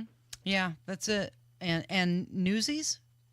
Newsies? Oh, I just watched that over the weekend. Yeah. No way. That's a movie. I love that movie. You, as a 28-year-old grown-ass single man, spent your weekend watching Newsies? Excellent soundtrack. You are lying. Fantastic There's choreography. no way. What, you sat around with Great your roommate setting. and you were like, what are we going to do? We're going to go pound some brews and hit on town floozies? No, we're going to sit around and watch the Newsies. Is that what you're telling me? That's the choice you made? It was very enjoyable. Oh, my gosh. Let's He go was to a also an break. American Psycho, by the way, quit, Christian yeah. Bale. I don't think he was a kid Newsies in that, was his first movie, wasn't it? Yeah. It is Kendall and Casey. It's 93. Now he's trying to redeem himself. You see that? There's no... I just can't get over the fact that you, a legitimate 28-year-old grown-ass single man, good-looking guy, has some talents and disposable income, and you spent your weekend I was watching hanging out with Newsies. my family, and we decided to throw it in as a joke because, it was just a movie that I watched as a kid, and I remember it was They funny. were reminiscing. It is Kendall and Casey. It's 93 WIBC. 93 WIBC Mobile News. On the level, on the go. Rioting and then released. I'm Kurt Darling. Here's what's trending at 11:30. Hundreds of illegal immigrants who rioted at the border in El Paso are about to be let go for now. Fox's Jeff Manasso. A Texas judge is blaming prosecutors for his decision to release scores of migrants charged with Class B misdemeanors, following what Border Patrol calls a riot March 21st, when migrants trampled razor wire and bum-rushed National Guard troops, injuring some at Gate 36 in El Paso. More than 200 illegals reportedly arrested and detained, though now ordered released on their own recognizance. Jeff Manasso, Fox News. Severe weather likely to hit Indiana later today. The timeline is in the late afternoon into early evening. Damaging winds, hail, and tornadoes are all possible. By Wednesday, you could see some snow. I'm Kurt Darling, on the level, on the go, and on WIBC.com. He's a former coach with two sons who played professional basketball. Satch Sullinger's a competitive individual, but his golf game was suffering because of painful joints. Right, that's real important, the golf game. Right, as we get older, we create these bad habits because we're relegated to hit a certain way. QC Kinetics used regenerative treatments, all natural healing properties from Satch's own body, to restore those damaged joints and get his golf game back on track. QC Kinetics Regenerative Medicine is regenerating me, all natural, and that's what I'm about. I'm going to tell everybody why I'm better. Oh, and by the way, it looks like the competitive Satch is back. We're all in the same boat, and I'm getting better, and I'm watching them stay old. Go to QCkinetics.com. Get relief and your game back. Call for your complimentary consultation. Call QC Kinetics, 317-559-PAIN. That's 317-559-PAIN. 317-559-PAIN. What if you could build a six-figure retirement income with almost half the money saved? You heard that right. Get a discount on your retirement, creating a six-figure income with 40% less than traditional 401ks and mutual funds. Hi, I'm Brett Kitchen, best-selling author, executive producer, and star in a brand new Hollywood documentary called The Retirement Deception. In this film, we traveled over 20,000 miles interviewing real Americans who've retired successfully with a great lifestyle and peace of mind. They share their stories on how they get more retirement income with the same dollars saved, and the money's never at risk if the market crashes. That's right, if the market crashes 30%, you lose nothing. Even the super wealthy are shifting money to this new strategy because it increases their retirement income or can allow them to stop working years sooner. So if you're over 50 and want a bigger, better retirement with less money saved, call to talk to a specialist and get a free copy of this brand new movie at 800-486-9595. This is a $30 value, but when you call today, you can get it completely free. I'll even cover shipping and handling, no credit card required. Call right now, 1-800-486-9595. That's 1-800-486-9595. Again, that's 1-800-486-9595. Did you know one of the best investments you can make? It's in yourself. At My Computer Career, in just a few months, you could start your new career in the high-demand, recession-resistant field of information technology. Isn't it time you invest in you and start a career in networking, cybersecurity, AI, or upskill to boost your current IT career? So, get the ROI you deserve at My Computer Career. No experience necessary. Start now at mycomputercareer.edu. Financial aid is available for qualified students, including the GI Bill. We all need a certain level of socialization to remain mentally sharp and healthy, especially when living with a life-altering diagnosis. This is Tina McIntosh, president of Joy's House and co-host of the Caregiver Crossing radio program. Coming up are suggestions that can help improve that loneliness your loved one may have. At Cardon Senior Living Communities, you'll find our teams share a commitment to enhancing the lifestyle and well-being of the people we serve every day at every stage of life.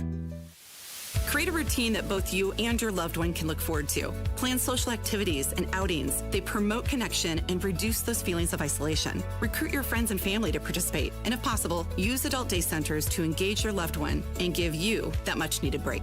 More tips like this are available anytime at caregivercrossingradio.org. With new weekly content created by Joyce House and distributed in partnership with Network Indiana, we're an on-air and online support group for Hoosier family caregivers. Hear conversations with experts, access a library of online education, and more at caregivercrossingradio.org.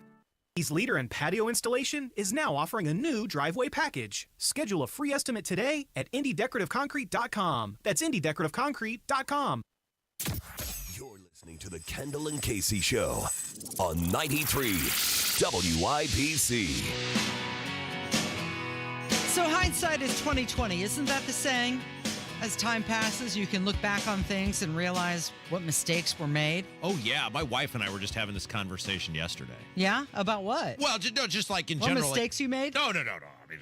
I mean, I've been just an incredible gift to almost everyone I've come in contact with. But no, we were talking about like living your life and walking through your life, and like if you knew things today that you were going through in real time, how would you have handled them differently, et cetera, et cetera? Well, Bill Maher was saying the same thing, only this time he was talking about COVID.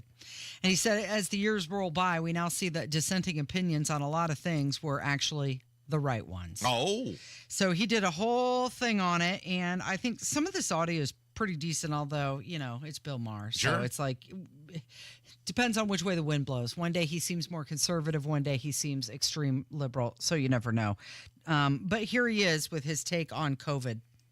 I get it that we didn't know exactly what was happening at the beginning of COVID, and some mistakes were inevitable. But 4 years on, I'm tired of hearing, well, we didn't know. No, we didn't. But some people guessed better than others. And the people who got it wrong don't seem to want to acknowledge that now.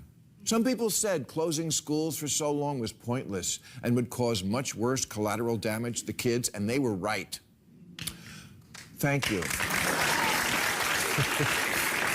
Don't be afraid. 4 years ago, the Daily Beast ran a story with the headline, Bill Maher pushes Steve Bannon Wuhan lab conspiracy theory, which was typical of the mainstream media at the time.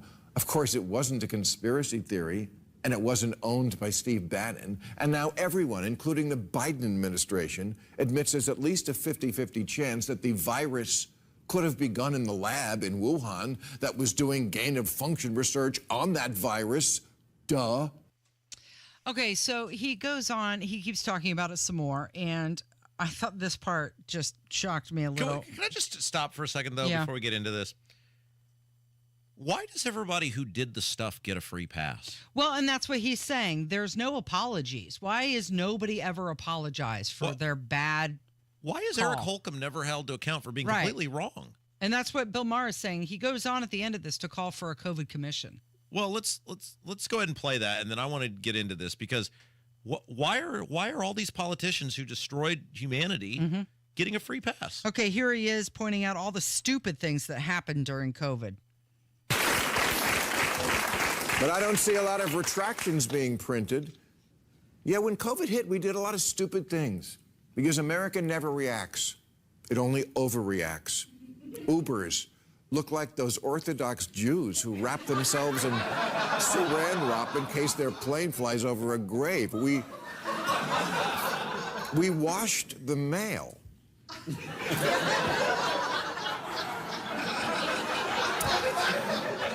We played baseball in front of cardboard cutouts.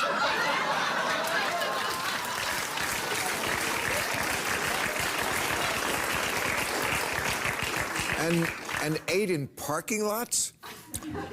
Or with inflatable dolls? They closed the ocean. We banged pots and pans to show our love for nurses and our hatred for people trying to get a baby to sleep.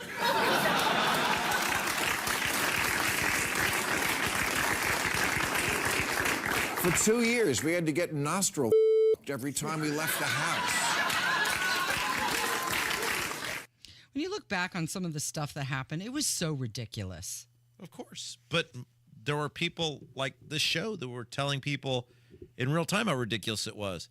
And it really is a scary real world example of how people can lose all ability to rationally and critically think over fear. And I'm not sure they couldn't get away with it again, Casey. I don't think these people have learned anything. And by not learned anything, what I mean is look at all the people who are still in positions of power. Most of these people who did this stuff are still in positions of power. Eric Holcomb's never apologized for anything. Eric Holcomb's never said I was wrong about anything. Eric Holcomb made stuff up as he went along. He pulled it out of his ass. There was no rhyme or reason to any of it. He said illogical, incorrect stuff like I'm trusting the science. And a big part of that is on us. And a big part of that's on the media because nobody ever holds him to account for anything. Well, and still paying for it now. I mean, think about the $4 trillion of free money that was passed out. Yeah, everything's more expensive. And look at all these. Let's just focus on Indiana. You're right, Casey. All those trillions of dollars that have been printed in the name of COVID, both under Trump and then under Biden. Who's the front runner for governor in the state of Indiana right now? Mike Braun. Mike Braun voted to print all that money, and then when he got pinned down on it and asked why he did it, he said, well, everybody else did it too. Everybody else was doing it. What's his punishment? If you're not going to punish him, why would he treat you like anything other than garbage? Why would Mike Braun even try? Why would Mike Braun give two damns about you? Because you have told Mike Braun, no matter how much he raises your taxes, no matter how much he grows the government, no matter how much money he votes to print, no matter how many stupid things he votes to do, you'll keep rewarding him.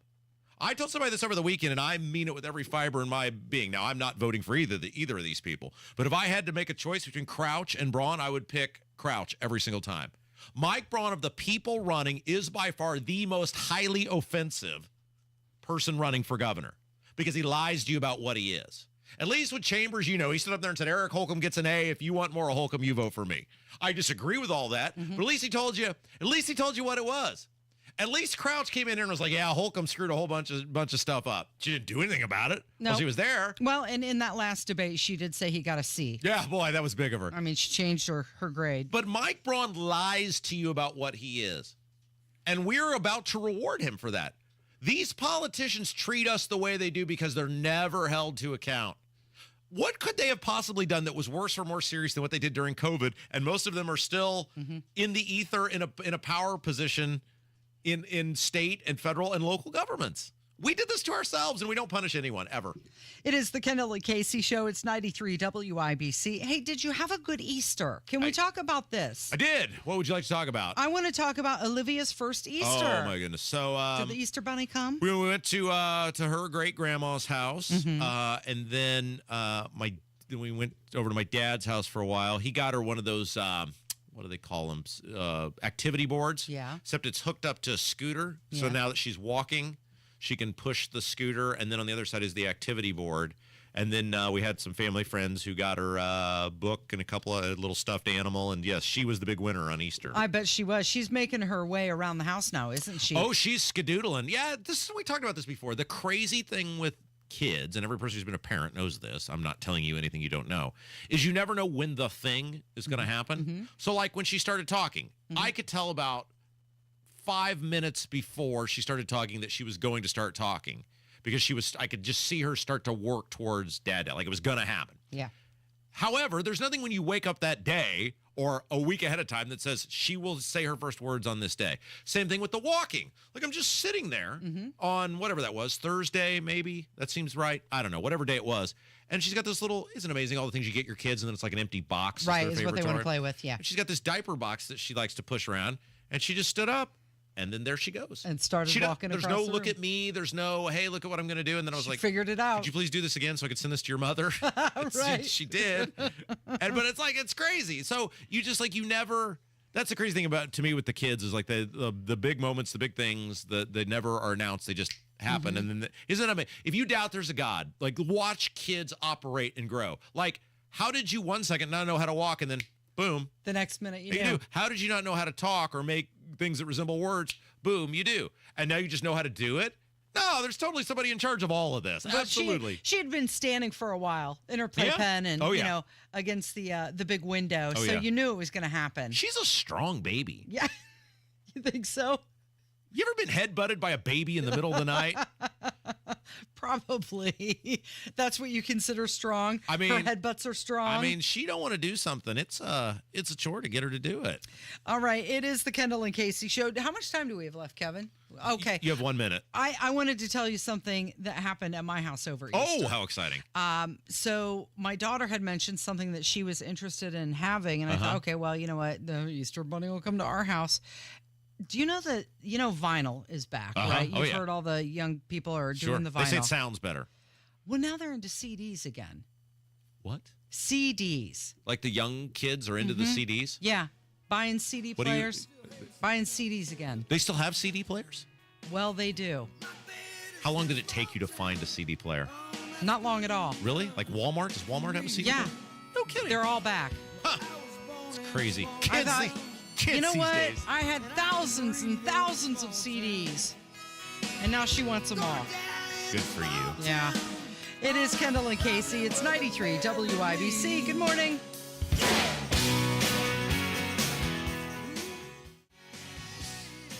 Coming up on Tony Katz today, Joe Biden has a word for Christians on Easter, and it isn't that, nice. That's after the news at noon on 93 WIBC. Premier Deck Coating, the ultimate deck protection. Who are they? Well, they're a sister company of Rhino Shield, and Premier Deck Coating is the product you need if you're tired of applying the same old stain and paint every couple of years to your deck. It's Terry, Stacy, and David and I have a deck that's probably 25 years old. The countless hours and the money that we spend on maintaining that deck never ends. And then we heard about Premier Deck Coating. Family owned, based right here in Indy, and they are going to completely transform our deck with their special formulated product, which repels moisture, scratch resistant in virtually any color that we want, and backed by a 10-year guarantee. No more spending time staining or painting every year. Premier Deck Coating will keep our deck looking great for years to come. Premier Deck Coating can also do fences and pergolas too. For a free quote, call 317-696-4071 or visit premierdeckcoating.com. Retirement. When you picture your retirement, what do you see? Travel, relaxation, hobbies, more time with the people you love? Or are you met with uncertainty and concern? Whatever emotion the word retirement conjures up for you, Howard Bailey Financial is ready to help. Our financial advisors are not just experts in retirement strategies, they are your partners in crafting a personalized retirement plan that aligns with your dreams and aspirations. At Howard Bailey, we prioritize one thing above all else, your peace of mind.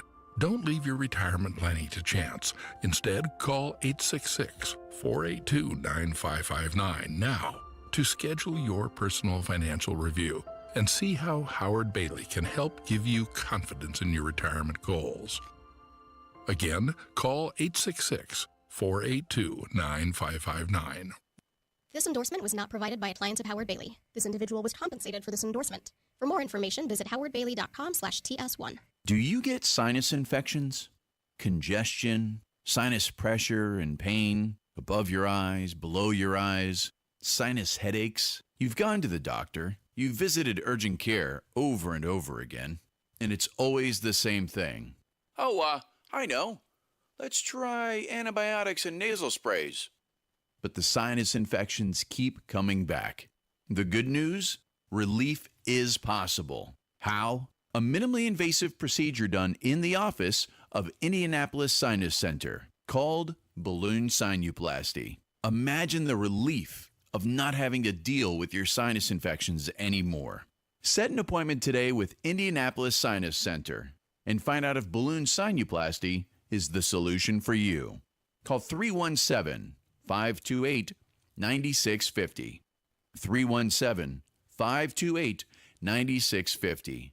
That's 317-528-9650. BoerRemodeling.com. Serving Central Indiana for 23 years. These are your kitchen and bathroom remodeling specialists. When you're ready to make the change, they're ready for you. It's a new year, so it's time to get it done. That kitchen, that heart of the home, the bathroom, a place where you can actually relax and build instant equity in your home. 317-852-5546 or online at Boer, B-O-O-H-E-R, BoerRemodeling.com.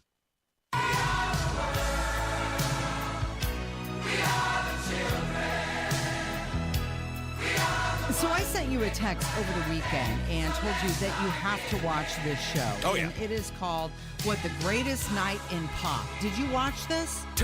Casey, you think I had any free time this weekend? You didn't have time. No. You have to watch this, Rob, because it's a documentary, and it's about We Are the World. Do you remember that song? We are the world. Well, we are the children. Like, you ask me these things all the time if I remember things from the 60s. Like, do you remember? Like, do you mean, do I remember in the sense of, like, have I heard of it before and have I seen it? Yes. However, what were you, 24? No, I was not 24.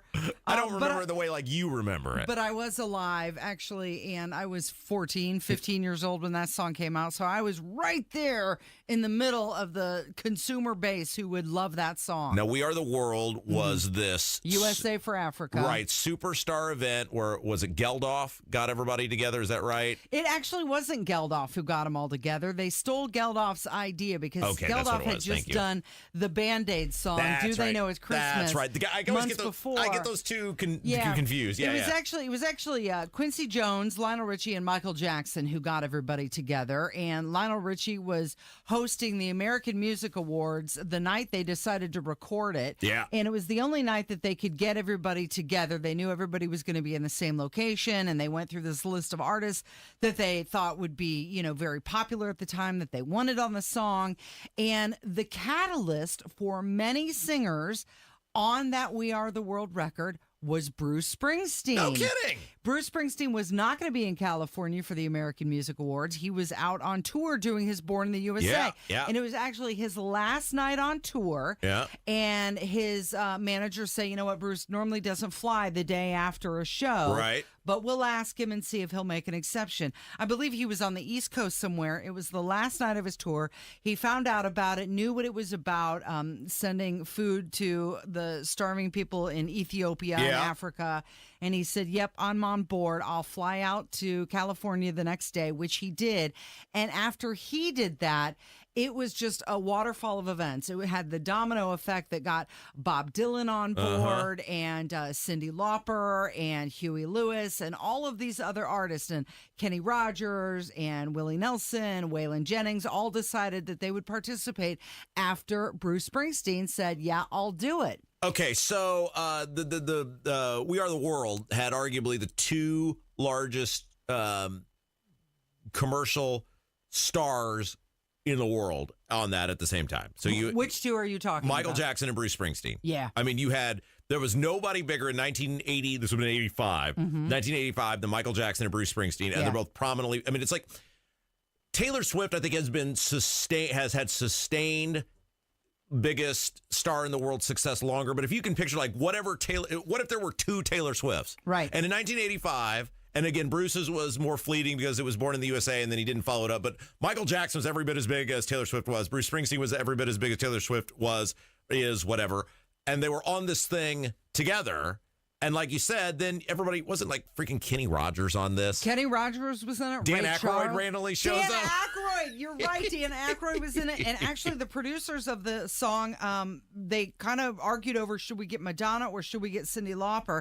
And I would have thought they probably should have chosen Madonna. But after watching the documentary and seeing how Cyndi Lauper just belts it out, they made the right choice. And it was fascinating. At one point, they had this vocal coach who listened to all of these artists' music and decided based on their vocals who should be matched up together. Like, they intentionally put Huey Lewis with Cyndi Lauper and Kim Carnes because they knew that was going to work. Huey Lewis was just kind of a new, young up-and-comer at the time, very nervous. But when it came to be his part, he hit it out of the park, Yeah. as they all did. It's just a really fascinating documentary. It's called The Greatest Night in Pop. It's available on Netflix, and it really gave me a new appreciation, because I remember hearing that song when it came out and seeing the video. MTV played it over and over again, and it got to the level of high burn for me. Like, Yeah. if I hear that song one more time, I'm going to throw up. Sure. And it has been nearly 40 years now.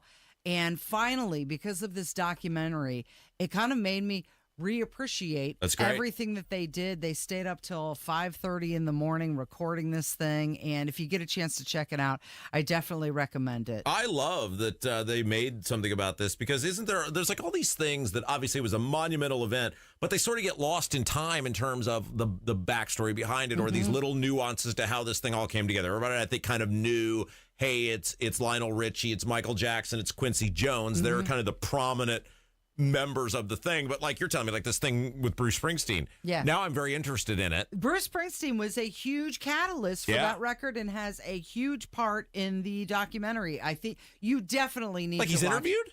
Oh, many times. Really? Many like times. current day interview?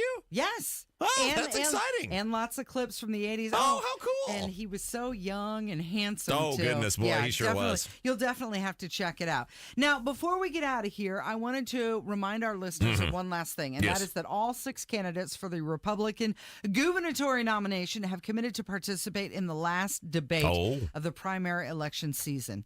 It's scheduled for April 23rd. April 23rd? Half the damn state's going to have voted by then. Yeah, it's sponsored by the Indiana Debate Commission. It's going to happen before a live audience, 7 to 8:30. It's going to happen at Hine Hall Auditorium on the IUPUI campus. We got to moderate. It's already got a moderator. Who is it? The host of PBS's Indiana Lawmakers. Oh, well, that'll be about as entertaining as dry paint. I mean, why do they always just say, real quick, I know we got to go here, but like for the presidential debate, why wouldn't you have Joe Rogan moderate that? Right? Make it interesting. Like, why wouldn't you have Alex Jones or, I mean, even pick I picked Rogan because he's kind of in the middle. He hates both sides equally. But like, why do we always have these just stuffy, distinguished journalist? Like, get somebody in there that's the whole thing's a freak show anyway. Well, I think the interesting thing this time is they're going to have all 6 candidates. Oh, that's good. Good on the debate commission for letting everybody who qualified. Yeah. Good on them. Yeah. All right, that's going to do it for us today. Thank you, Rob. Thank you, Kevin. And thank you for listening. Tony Katz is up next. This has been Kendall and Casey on 93 WIBC. What people suffering from nasal breathing, snoring, and sleep apnea problems want is for their issues to be fixed. And at Advent, that is precisely what we do. Here, there are no Band-Aids, but there is a thorough approach to get to the root of your problem. And in tens of thousands of cases, finding simple solutions, which are undeniably effective, have made remarkably positive impacts on people's lives. I'm Dr. Madan Kandula. For years, patients have been traveling literally from around the world to come to us to find what no one else has been able to give them. And that's why now we've come closer to you. If your quality of life has been diminished because of nasal breathing, snoring, or sleep apnea problems, and you don't know who to turn to, go to adventknows.com to schedule your appointment, because Advent knows when you breathe well, you live better. Breathe well with simple solutions. Breathe well with simple solutions. AdventKnows.com. Results may vary. That moment when you realize you've got a plumbing problem, a real pipe-bursting, clogged-up tight, somebody get all the towels, full-on flush fiasco. But fear not, there's an expert for that. Trust your local plumbing experts at Broad Ripple Service Experts and save $50 off any plumbing repair. Plumbing problemos? There's an expert for that. Call Broad Ripple Service Experts at 866-EXPERTS. See website for license details. Waiting on a tax return? Hopefully it ends up in your hands. Fraudulent tax returns due to identity theft increased by 30% in 2023. If you're in a bind this tax season, LifeLock can help. Our U.S.-based restoration specialists are experts dedicated to helping solve your identity theft issues. And all LifeLock plans are backed by the $1 Million Protection Package. So we'll reimburse you up to the limits of your plan if you lose money due to identity theft. Help protect your information this tax season with LifeLock. Save up to 25% your first year with promo code NEWS at LifeLock.com. What if you could build a six-figure retirement income with almost half the money saved? You heard that right. Get a discount on your retirement creating a six-figure income with 40% less than traditional 401ks and mutual funds. Hi, I'm Brett Kitchen, best-selling author, executive producer, and star in a brand new Hollywood documentary called The Retirement Deception. In this film, we traveled over 20,000 miles interviewing real Americans who've retired successfully with a great lifestyle and peace of mind. They share their stories on how they get more retirement income with the same dollar saved, and the money's never at risk if the market crashes. That's right, if the market crashes 30%, you lose nothing. Even the super wealthy are shifting money to this new strategy because it increases their retirement income or can allow them to stop working years sooner. So if you're over 50 and want a bigger, better retirement with less money saved, call to talk to a specialist and get a free copy of this brand new movie at 800-486-9595. This is a $30 value, but when you call today, you can get it completely free. I'll even cover shipping and handling, no credit card required. Call right now, 1-800-486-9595. That's 1-800-486-9595. Again, that's 1-800-486-9595. On the level, on the go. 93 WIBC Indianapolis. Coming up. I would say that isolated tornadoes are possible today. Standing in front of the house, holding the gun to his own head. All 6 of them were transported to area hospitals. We didn't realize that so many people were willing to give it up. I want to stay on that floor and I want to keep impacting the game. This is the WIBC News at noon. What to expect on your drive home. Severe weather expected this evening, a high of 64 later today. Right now, you've got a cloudy sky and 56 degrees. I'm Ryan Hedrick. And I'm Donnie Burgess. Here's what's trending at 12 noon. Severe weather is on the table today. That includes rain and strong winds. I would say that isolated tornadoes are possible today. And then tomorrow, while there is a lower threat at this time tomorrow, looks like if the latest model trends are true, then we could have a higher tornado threat tomorrow than we're currently expecting. Meteorologist Greg Mello with the National Weather Service says severe weather is expected between 4 and 7 o'clock, and that continues into the overnight hours. The damaging wind gust potential and tornado potential, that looks more likely across the southern portions of Indiana, so